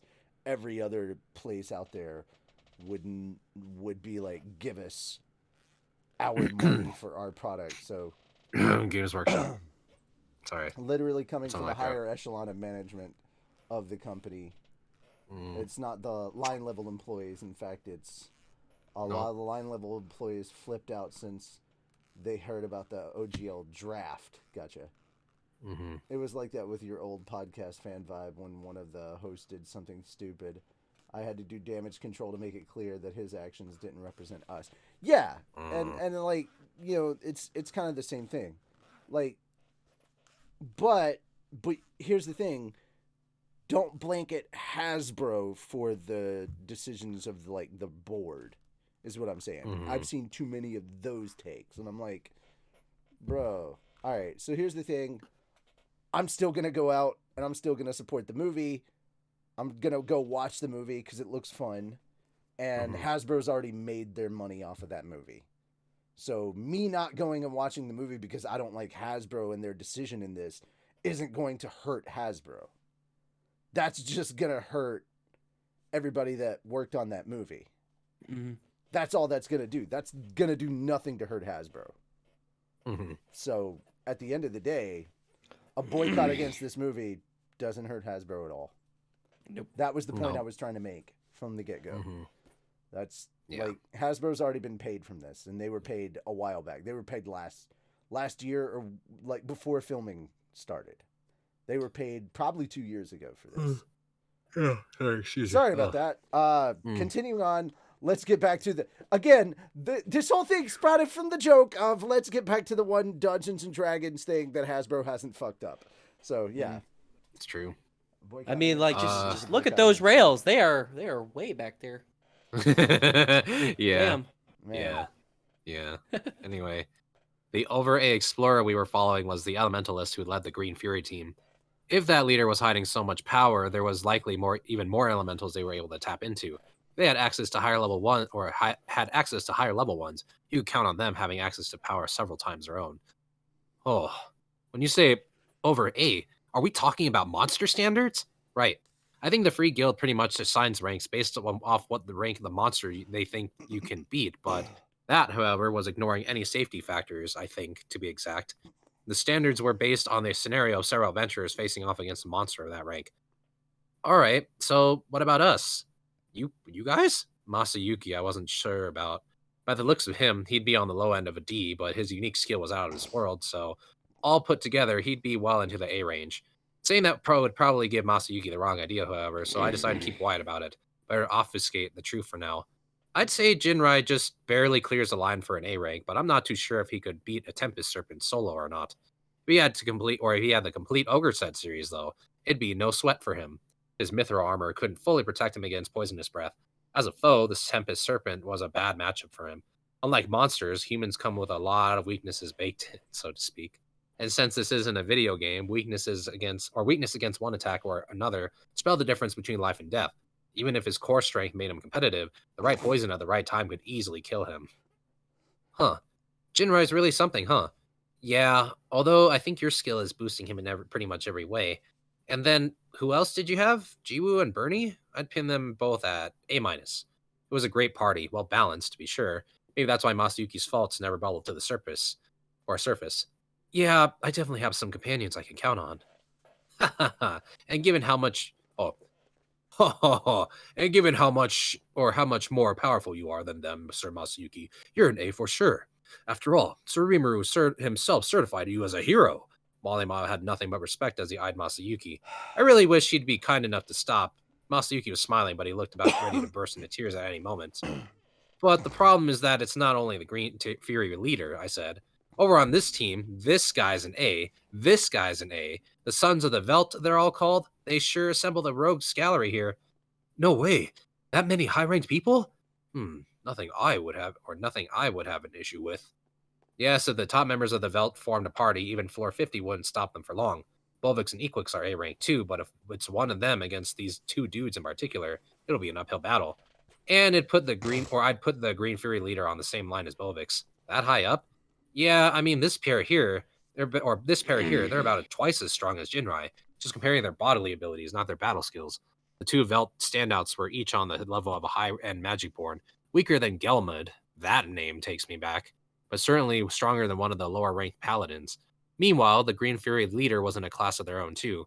I wasn't sure, but I was willing to bet their skill level in battle was pretty high. Looks like they're summoning magic beasts to run on ahead and alert them to the traps I set. They're professionals for sure. Yeah, if this keeps up, it's just a matter of time before they reach the floors I set up. I figure Ramirez would be happier about that. Why all the tension? I wasn't too thrilled about this party dodging all my traps, but she and Veldora were all ramped up about taking on challengers. Between that and the generally disturbed way she was acting, was there something else going on? Say, are you hiding something? I decided to just ask her point blank. Veldora and Ramirez looked at each other, figuring out how to handle this. Presumably, Ramirez drew the short straw because she spoke first. Well, in 3 days you were holed up in there. And the story she had made me want to rub my forehead too. As she expected or explained, Hinata's Crusaders had begun their training, beginning with floor 51 as we agreed upon. Ramirez had lined floors 50 through 60 with her own, or 51 through 60 with her own set of traps. And of course, she watched them excitedly as the paladins went about their business. Adelman, the guy she tapped to be floor level 6 or the floor 60 boss monster, had summoned a massive force of undead, leading to innovations like corridors of infinitely spawning zombies, oxygen-free rooms, so the dead didn't have to breathe after all, and things even more diabolical than that. I was really confident, and those stupid paladins kept on purifying everything in their path. The no oxygen chambers stopped them for a bit, but the people behind the frontline team just resurrected them, and off they went. They had the perfect tools for that challenge, huh? Well, that's the way it goes sometimes. I tried to comfort the depressed Ramirez as she continued. Before much longer, the Crusader group reached the boss on floor 60. Adelman was waiting for them, but again, he was just the kind of opponent the Paladins trained for. Thinking about it, the results really made perfect sense. As a white with none of his own power, Adelman was only as good as whatever he could summon. The paladins were way beyond what he could personally fight off. At the same time, however, Adelman was a sort of elder statesman in the eyes of the paladins. He couldn't just run away from them, I suppose. Hopefully he didn't find the experience too humiliating. He wasn't all depressed, was he? He was. Ah, thought so. Better give him a pep talk later. So, what happened next? After defeating Adelman, said Valdora, they pressed on to the floors where my traps were set.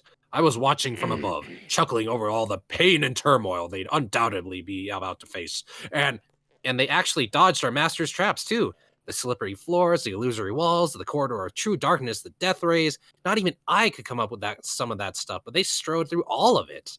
Valdora and Ramirez gritted their teeth as they described it. The floor is between 61 and... through death rays. Yeah, I like that. Just wow. Yep. Death Yep. rays. Good. The floors between 61 and 70 were Valdora's decorated as he saw fit.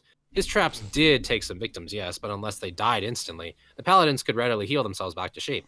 Between that and the resurrection bracelets, as they put it, the team really or never really acted like they were in any danger. And here I thought those floors were too tough.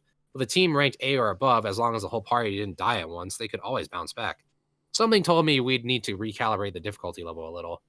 But my elemental colossus put in a real good fight, said Ramirez. He wiped out all the challengers even. Wow, if he can wipe out a team of paladins, that's nothing to sniff at. But hell, his sheer weight alone was a threat.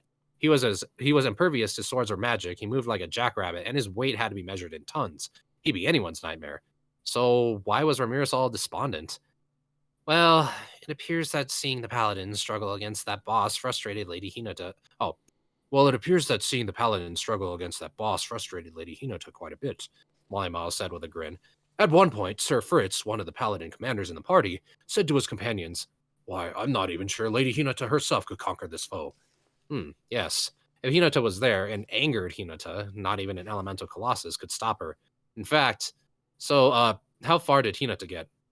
Yes, that's the problem. It really shocked me. In the space of a single day, Hinata made it all the way down to the 95th floor. Even when we spotted her at floor 61, that's an insane amount of speed. Holy shit. She made quick work of the elemental colossus, stopping it in its tracks and using disintegration to completely destroy it. Before much longer, she was at floor 80, beating the boss there with pretty much a single blow. My apprentice Zegians in pupil form at the moment, so he was in no shape to get moving, Valdora explained. Apito woke up first, but she couldn't keep up with that girl's speed, so she got whipped. Yeah, that was quite a fight. Being a queen wasp, Apito's agility puts her at the top of the monster kingdom, and she was trying her hardest to land a blow on that Hinata lady, but she fended off every single one, said Ramirez. Yeah.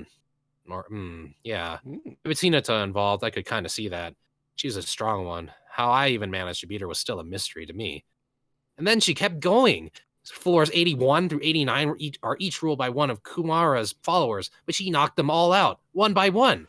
Right, and Kumara's still too young, so I let Beretta serve as the boss of floor 90, but Hinata beat him. It looked to me like Beretta had gotten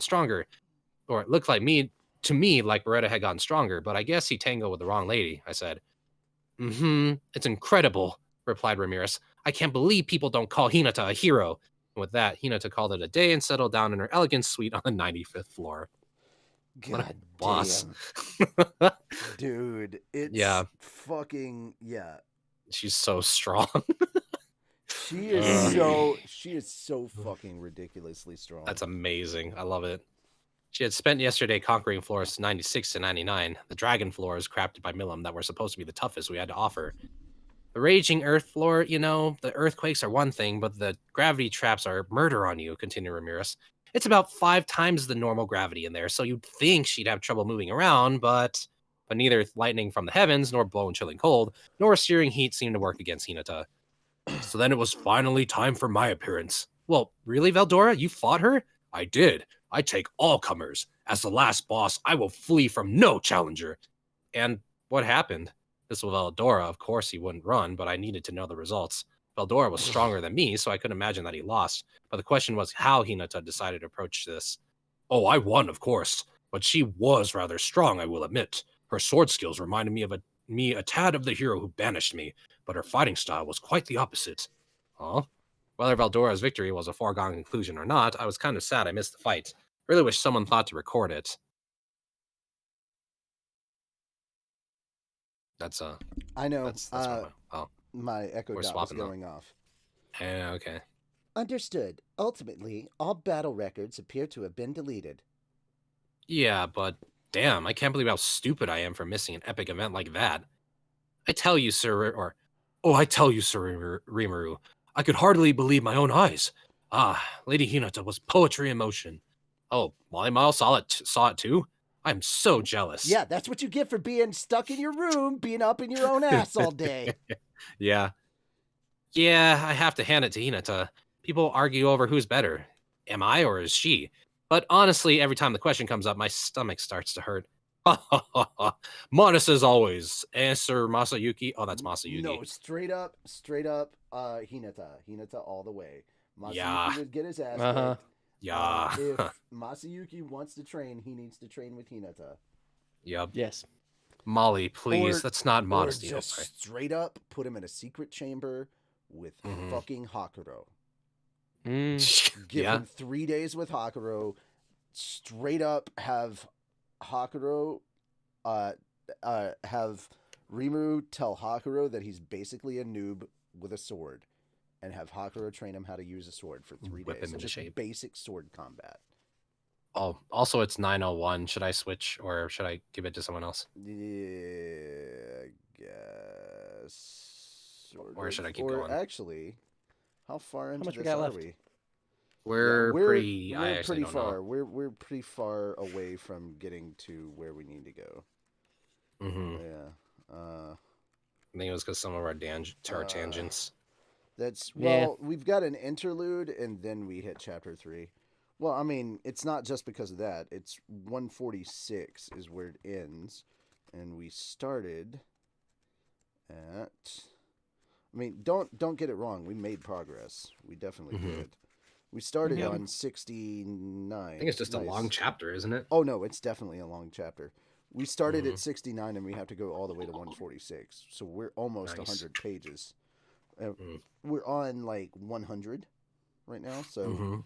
we've done almost 40 pages so far. So we're doing pretty good. So Tangerines. let's go a Mhm. little bit further and then Okay. we'll call it for the evening. Okay. Yeah. Molly, please. That's not modesty at all. It's the cold hard truth. I'm gonna run to the restroom. Go. Okay. No need to joke about that, Molly Mile. The smile on Masayuki's face looked taut and thin as he talked his way out of the question. Molly Mile didn't get the message. Ah, yes, indeed. I'm sure that when it comes to battle, there is never any joking around with you. Why, if you ever had the chance to wage battle against Sir Veldora, I'm sure the results would be beyond comprehension. I'd love to have a front row seat for that. It's funny. Molima was usually such a compassionate, empathetic man, but with Masayuki, he just didn't know when to quit. Please, just stop. The kid looks like he's about to have a heart attack. Oh, excuse me. Oh, you think so? Would you like to have a bit of a sparring match, Masayuki? A No. bit of a sparring match would kill him. No. Yes, Masayuki's a champion, but he uses his brain to fight more, you know? If we ever fought, I think I'd have a slight edge, but with your outlandish strength, Veldora, I don't think he'd ever live up to you. I see. Yes, I thought as much as myself. You always were a fine judge of character, Rimuru. Qua! Oh, that was Rimuru. Whew, that'll do it. Praise him and immediately lifts his spirits. Anyway, back to the topic. For now, I needed to hear Valdora's story to the end. I glanced at him and he nodded back. Yes, you see, the hero who sealed me away never made a single wasteful motion in her attacks. By comparison, that woman Hinata seemed to take a more varied approach, searching for something that could work against me. They were both cool-headed as fighters, never exposing themselves, but Hinata's style seemed full of needless strikes and movements to me. As he described it, Hinata executed a wide range of attacks, every kind of magic, amulet, and artifact she could think of. She deployed them all. Simple physical attacks don't work on Veldora, so I imagine she was experimenting to see what, if anything, would. But pretty much nothing she threw at him had any effect. That final attack of hers was a fine one, though. It even damaged me, albeit a very small, tiny amount. It reminded me of the hero's absolute severance skill to some extent. He was talking about Melt Slash, Hinata's ace in the hole, and a finishing move that took advantage of her sword Moonlight. Not even that phased him? Do you think she could be a threat if she used the right tactics? Ramirez thought about this for a moment. I think she's stronger than Clayman or the other lesser demon lords, that's for sure. Even the Octogram's current members might have a hard time with her if they let their guard down. But my masters I think she's stronger than Clayman or the other lesser demon lords, that's for sure. Even the Octogram's current members might have a hard time with her if they let their guard down. But my master hears in a world of his own. Exactly. If she wants to fight even with me, she'll need at least 10 times the energy. Oh. So not even Hinata was a good match for Veldora? I really wish I could have been there to study that battle. If I saved my memory of it, it could have been a great reference in the future, but there was nothing I could do now. Yep. Leaving the past where it belonged, yeah, that Dumbass. sucks. Sucks to suck. Yep, sucks to suck. I steered us back to the original topic.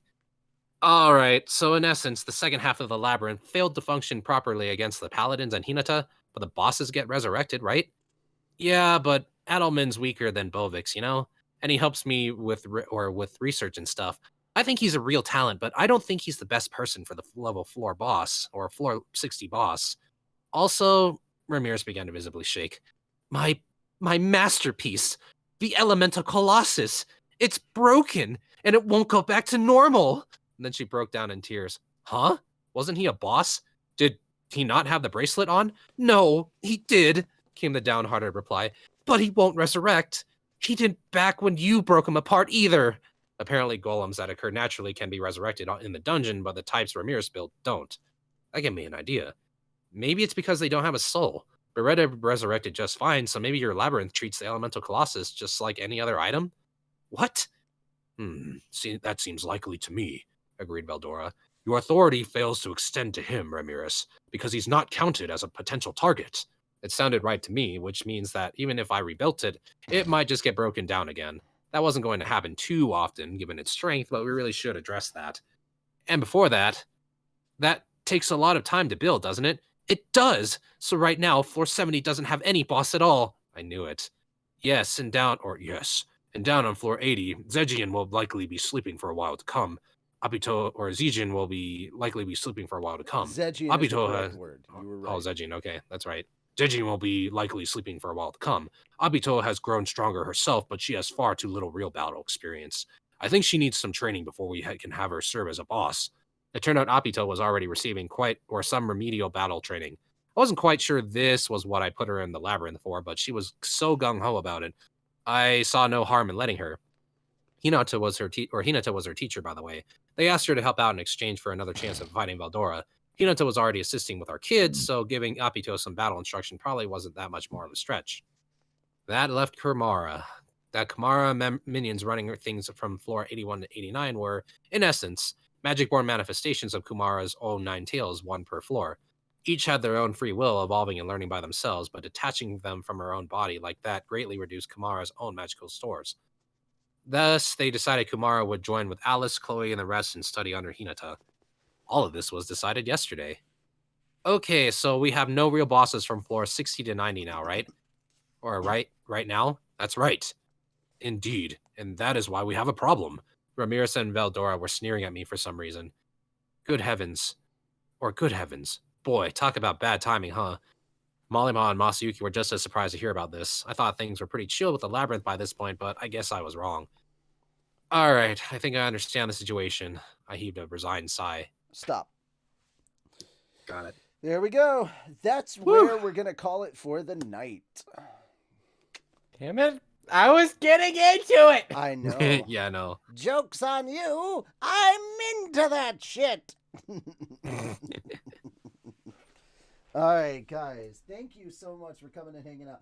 Dude, that's the cool... I told you guys, once we get into the dungeon, man, it dials up to 11. Like, it's so fucking much interesting. Fun. It gets so interesting. I'm wondering if what Rimuru is gonna do is just bump all the bosses up a bit to make him the final boss. No. Or is he just gonna jump in right in the middle? No. What's about to happen is even great. Is even more fun. Ah. What's the point? What's the point of watching a dungeon that you can't participate in? Oh, they're gonna find the secret boss. Nope. They're gonna come into the hidden boss. Nope. Who said anything about who said anything about being boss characters? Okay. I think I He's got just it. gonna jump in. He's who just said gonna. anything about who said anything? Who said anything He's about gonna being be- boss characters, and who said He's anything gonna be a about player, isn't he? who said anything about him doing anything by himself? Oh my god. Oh, Okay. boy. I'm interested to see what's gonna happen from What here. if you had player avatars? Oh my let's say- god, he That's is going amazing. to he's let's going say- to mamanga this shit. I love it. Let's say, what if you Maybe. could create? What if, say, in the dungeon you created a player avatar, and what if, say, you created other player avatars for, say, perhaps an obnoxious dragon, an annoying fairy, Uh-huh. and a loudmouth will not leave you alone dragonoid. And Steve, sorry. And you formed a party of 4, but they made their own little monster party avatars. Oh, good. boy. That were nothing like them. And Good. also gave themselves kind of like restrictions. So they're not nearly as powerful as themselves, but they're still plenty powerful. I'm not saying this is what happens. I'm just spitting Yep. hypotheticals. Hypothetical. Hypothetical. Hypothetically.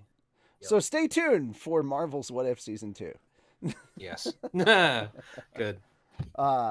Guys, thank you so much. I really, really appreciate it. We're getting some heavy Thank you. rain around here. It's gonna be fun. Yep, we're gonna get snow. Look, I I'm a little jealous of that. I'm a little jealous. I want snow, actually. That would be... We've had shitty cold Like- weather, and it's just. I don't been- want like snow wet. that stinks. We had Yeah. snow. We had snow, but none of it stuck. Here's my problem. We had shitty cold weather for a long period of time, and Mhm. I hate that because if it's gonna be cold, I'd rather have snow with it. Like if I'm gonna, Yeah, that's if it's fair. gonna As long as you free- don't have to go on the if it's road. gonna so. be if it's gonna be freezing, I'd at least like to have some fucking snow, because at least snow is pretty. I like to have pretty stuff to look at, you know. Also, they salt the roads pretty good around here, so you know. And Oh, must be nice. yeah. Well, I mean, I Yeah, live we in- I live get in like fucking 3 rural. inches snow in Georgia. We just shut down 3 Everything inch is snow, closed. bro. Yeah. 3 inches. That's all we need. Mhm. Dude, 3 inches here Freezing. would be fucking a miracle. We get maybe 1 inch around here. That would be great. Well, that miracle happened to us. I think it was 2015. Yeah. Snowmageddon is what we call it. If you Google it, you will find a snow-covered picture of what was basically the advertisement for The Walking Dead at that time. Whole bunch of Yeah. cars trying to get out of Oh. Atlanta, That's cool.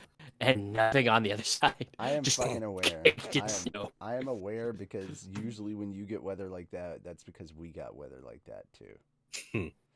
Good. Here's the beautiful part. Here's the beautiful part about that, dude. When you get that weather, I got it 5 hours earlier. True. So we're the fucking barometer for you, because usually when you get that shit, it's because it flowed down northwest from you. So I tell you what. It- Do me a favor. Tell me when your Waffle House is shut down, so that I know I need to prepare for a Oh disaster. my god.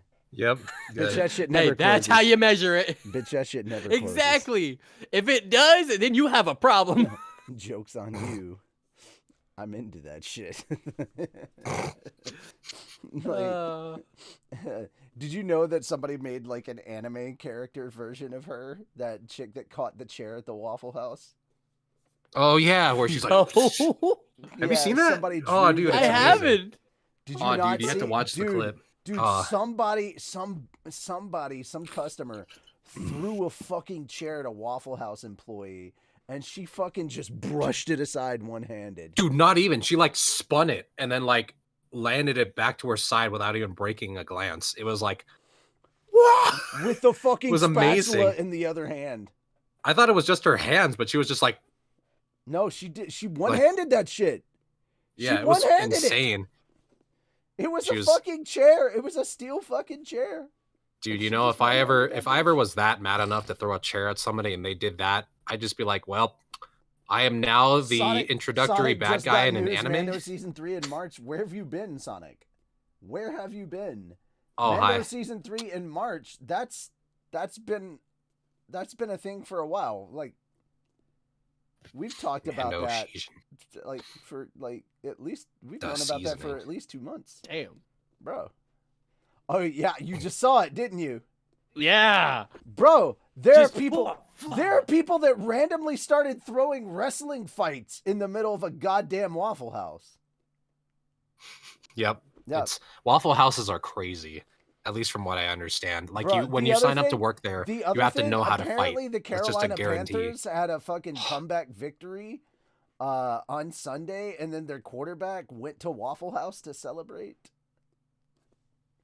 And that was apparently a big deal. And I'm like, Ugh. bro, no. They're like, yeah, he went to the Waffle House. Yeah! And I'm like, I kind of want to eat at one just to try the food, but I don't know. I heard like it's crazy because like sometimes in a lot of cases that's the only place that's open for like the venues around the area. funny story. So it's like, Here's the thing. You can actually order online, go there and pick it up, and just Yes. you can order online, pay, go pick it up, get in, get out. Well, That's They're probably like, the best way to there- do that. Yeah, there are some people that are like, you go to Waffle House for the experience. No, you do not. Mm-mm. Also, I do. Also, I have gone to Waffle House and I have gotten a gut full of grease that has caused me 3 days of diarrhea. I no longer eat at the awful waffle. Awful know, waffle. No, I- Paul. No, I've Paul, never that had was a being bad rejection. experience at any of the Waffle Houses I've gone to. Oh, knock on buddy, wood, I but have. still. Oh, buddy, Was I it have. just Paul? I guess the Georgia you are Waffle too House late. is just hit different. You are too late, sir. No.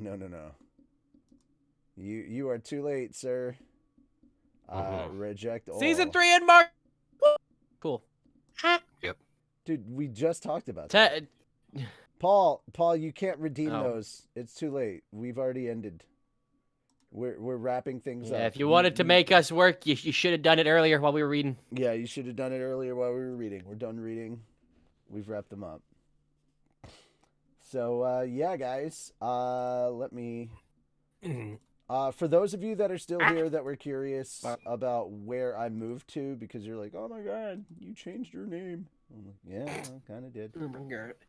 Rest assured, I did get some exercise today, so there you go. I feel haven't like- yet, but I plan to change it. I need to take a shower. I'm gonna make myself hurt. Yeah, I need to shower too, but I'll wait. Yeah. All right, so there we go. Change my name, Ermagerd, all that shit. Yes. Ermagerd. Mm. Erderstiff. So it begins. Dear God, Revan, no.